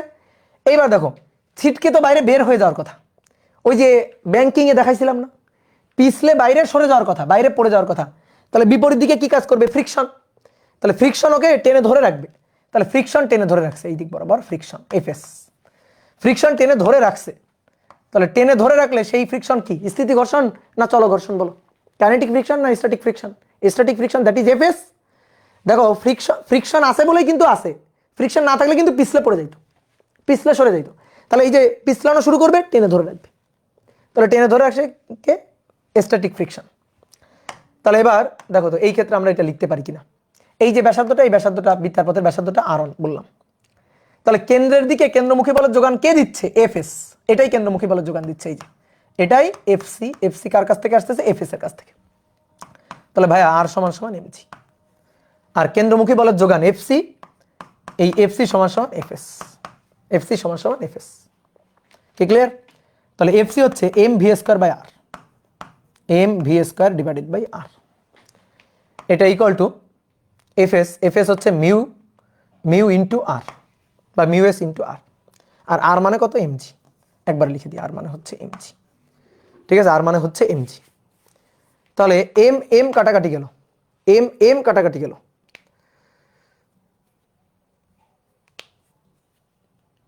কোশ্চেনটা ঠিক লিখছি? 0.2 কেজি ভরের বস্তু এত বেশি ব্যাসার্ধ বৃত্ত। ওহো,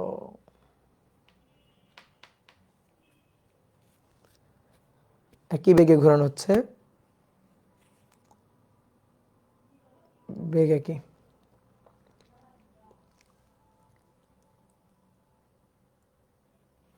ও আচ্ছা, ঠিক আছে।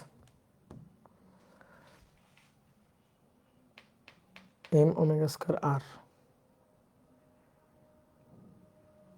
M omega square R mu R, আর MG, R MG that is FS friction.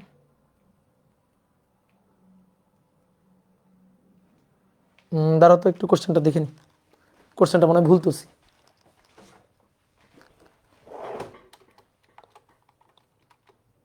কই খুঁজবো আমি? এটা কাদের করেছিলাম?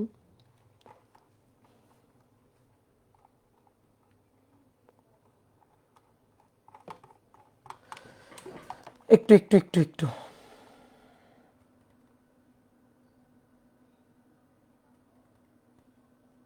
দেখছো, ভুল লিখছি।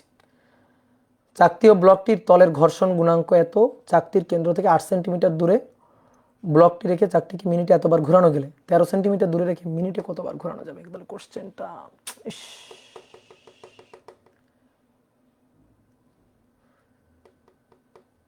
ভর তো কেটে যাচ্ছে, ভরের তো কোনো কাহিনী নাই এখানে। ধোকা নিজে খেয়ে গেছি, তোমাদের ধোকা দিতে গিয়ে নিজে ধোকা খেয়ে গেছি। একটা চেঞ্জ করা যাবে? একটি ঘর্ষণযুক্ত চাকতির উপর এত কেজি ভরের বস্তু, পুরাটাই চেঞ্জ করতে হবে।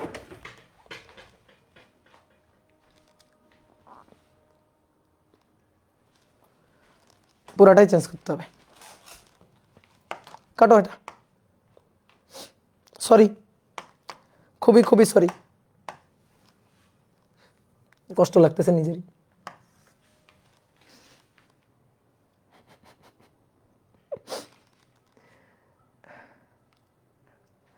না, তাহলে এটা একটু বাদ দিয়ে দিলাম, কোশ্চেনটা তুলতে ভুল করে ফেলছি। তাহলে আসো, একটি চাকতির তলের সাথে কোনো বস্তুর ঘর্ষণ গুণাঙ্ক, একটি চাকতির তলের সাথে কোনো বস্তুর ঘর্ষণ গুণাঙ্ক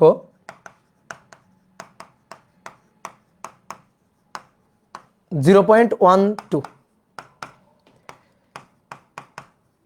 চাকতির কেন্দ্র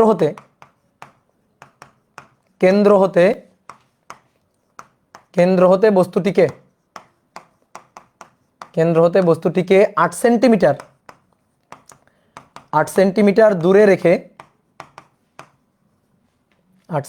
দূরে রেখে মিনিটে 60 বার ঘোরানো গেলে, মিনিটে 60 বার ঘোরানো গেলে 13 সেন্টিমিটার দূরে রেখে কতবার ঘোরানো যাবে? 13 সেন্টিমিটার দূরে রেখে কতবার ঘোরানো যাবে? এটা ঠিকঠাক কোশ্চেন। ঠিক আছে, 13 সেন্টিমিটার দূরে রেখে কতবার ঘোরানো যাবে? তো চলো এবার করে ফেলি। এই যে এটা হচ্ছে চাকতি, চাকতিটাকে একটু বড় করে আঁকি। এটা হচ্ছে চাকতি, এটা হচ্ছে এর কেন্দ্র, এটা হচ্ছে এর কেন্দ্র। তো চাকতির উপর বস্তুটা আছে কত দূরে? 8 সেন্টিমিটার দূরে। 8 সেন্টিমিটার দূরে এখানে বস্তুটা আছে। ঠিক আছে, 8 সেন্টিমিটার দূরে। তো এবার 8 সেন্টিমিটার দূরে যখন আছে, এরকম একটা বৃত্তার পথে ঘুরতেছে, মিনিটে 60 বার করে আমি ঘোরাচ্ছি, মিনিটে 60 বার। তো এই যে ব্যাসার্ধটা, এই ব্যাসার্ধটাকে আমি বললাম r1, এটা হচ্ছে 8 সেন্টিমিটার, 8 সেন্টিমিটার। তো এইবার দেখো বস্তুর ওজন কাজ করছে নিচের দিকে mg, তলের অবিলম্বিক প্রতিক্রিয়া উপরের দিকে r, তলের অবিলম্বিক প্রতিক্রিয়া উপরের দিকে r।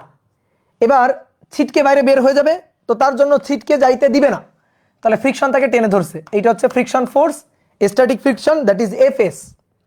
তো কেন্দ্রমুখী বলের যোগান কার কাছ থেকে আসবে? ফ্রিকশনের কাছ থেকে আসবে। তাহলে এই যে ফ্রিকশন কেন্দ্রমুখী বলের যোগান দিচ্ছে, এফসি এফএস এর যোগান দিচ্ছে। তাহলে এবার আর সমান সমান কত? এমজি। আর সমান সমান হচ্ছে এমজি, আর এফএস এইটা সমান সমান হচ্ছে এফসি। এফএস এটা সমান সমান এফসি। এবার একটু বোর্ডে দেখো, যেহেতু মিনিটে 60 বার ঘোরানো হচ্ছে, দ্যাট ইজ ওমেগা। তাহলে আমরা এফসি কে এম ওমেগা স্কয়ার আর এই ফরম্যাটে লিখবো, এম ওমেগা স্কয়ার আর এই ফরম্যাটে লিখবো। ঠিক আছে, তাহলে এম ওমেগা স্কয়ার r1, আর এফএস হচ্ছে ফ্রিকশন হচ্ছে মিউ ইন্টু আর, আর আর মানে উপর থেকে এমজি, তাহলে একবারে লিখে দিব মিউ ইন্টু এমজি। ঠিক আছে, এবার এম আর এম কাটাকাটি, দেখো রাস্তার ঘর্ষণ গুণাঙ্ক বা চাকতির ঘর্ষণ গুণাঙ্ক সেটা গিভেন, এটা না দেওয়া থাকলেও কোনো সমস্যা ছিল না। 0.12 গিভেন, 0.12 গিভেন। তাহলে তুমি একটু খেয়াল করে দেখো যে আমি 8 সেন্টিমিটার দূরে রেখে মিনিটে 60 বার ঘোরাচ্ছি। তো বলা হচ্ছে 13 সেন্টিমিটার দূরে রেখে মিনিটে আমি কয়বার ঘোরাইতে পারবো? তাহলে এখন এই যে আমি এখন যে ঘোরাচ্ছি কৌণিক বেগ ওমেগা 1, মিনিটে 60 বার, তার মানে 60 আরপিএম, দ্যাট ইজ ওমেগা 1। তাহলে এটাকে ওমেগা 1 বললাম। কি ক্লিয়ার? এইবার যখন ধরো পরবর্তীতে চাকতির উপর, এখন তো আঁকার জায়গা নাই,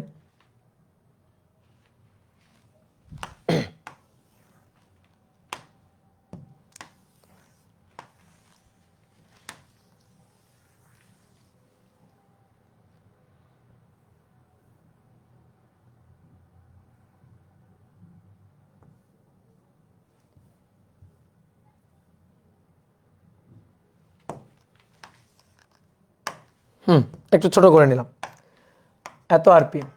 এবার আসো,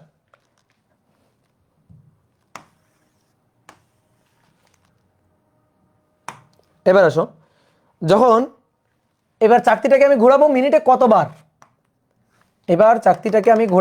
কতবার, সেইটা আমি বের করতে চাই, ওমেগা 2। তো এবার আমি বস্তুটাকে কত দূরে রাখবো? 13 সেন্টিমিটার দূরে রাখবো।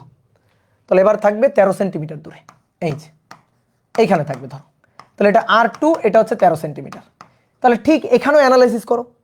তাহলে এখানে নিচের দিকে ওজন এমজি, তলের অবিলম্বিক প্রতিক্রিয়া উপরের দিকে আর, তারপর এটা হচ্ছে এদিক বরাবর কেন্দ্রমুখী বলের যোগান, সেটা হচ্ছে এফএস দিবে কেন্দ্রমুখী বলের যোগান, এই এফএস কেন্দ্রমুখী বলের যোগান দিবে, দ্যাট ইজ এফসি। তাই তো? তাহলে আর সমান সমান কত? এমজি। এই যে আর সমান সমান এমজি। ওকে, ডান। কেন্দ্রমুখী বলের যোগান কে দিচ্ছে? এফএস। তো তাহলে F C equal to F S. Okay, তাহলে F C equal to M omega square R F S mu R, R মানে এম জি। ওকে ডান। এবার এম এম কাটাকাটি গেল। এইবার দেখো আর কি চেঞ্জ হয়ে গেছে না, আর টু হয়ে গেছে না, আর টু।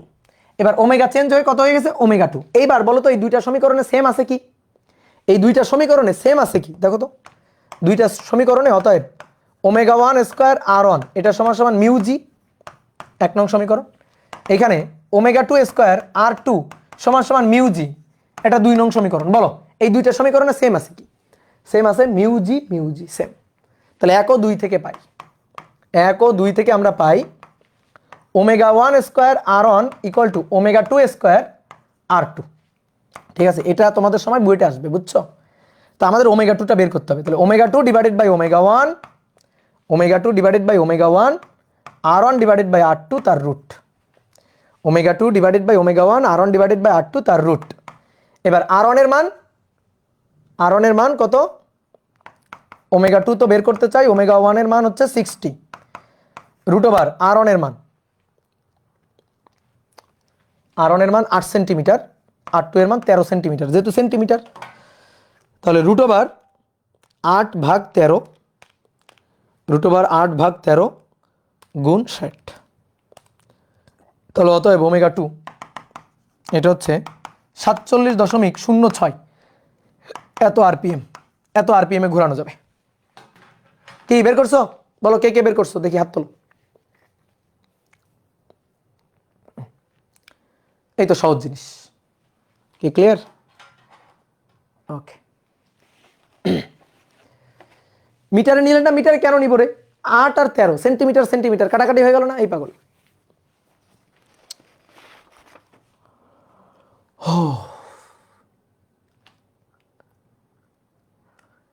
আপনার কষ্টে কেন্দ্রে দিয়েছি, কেন্দ্রে দিয়ে আর কি করবা বলো।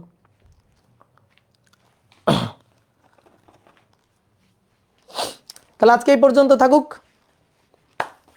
ফায়াদ উৎস বলছে লস প্রজেক্ট, কিসের লস প্রজেক্ট রে পাগল? দাদা এইচডব্লিউ দেন, এইচডব্লিউ এখন সব এই অধ্যায় তো হয়ে গেছে, শুধু রকেট বাদ দিয়ে পরের দিন রকেট পড়লেই শেষ। টাটা।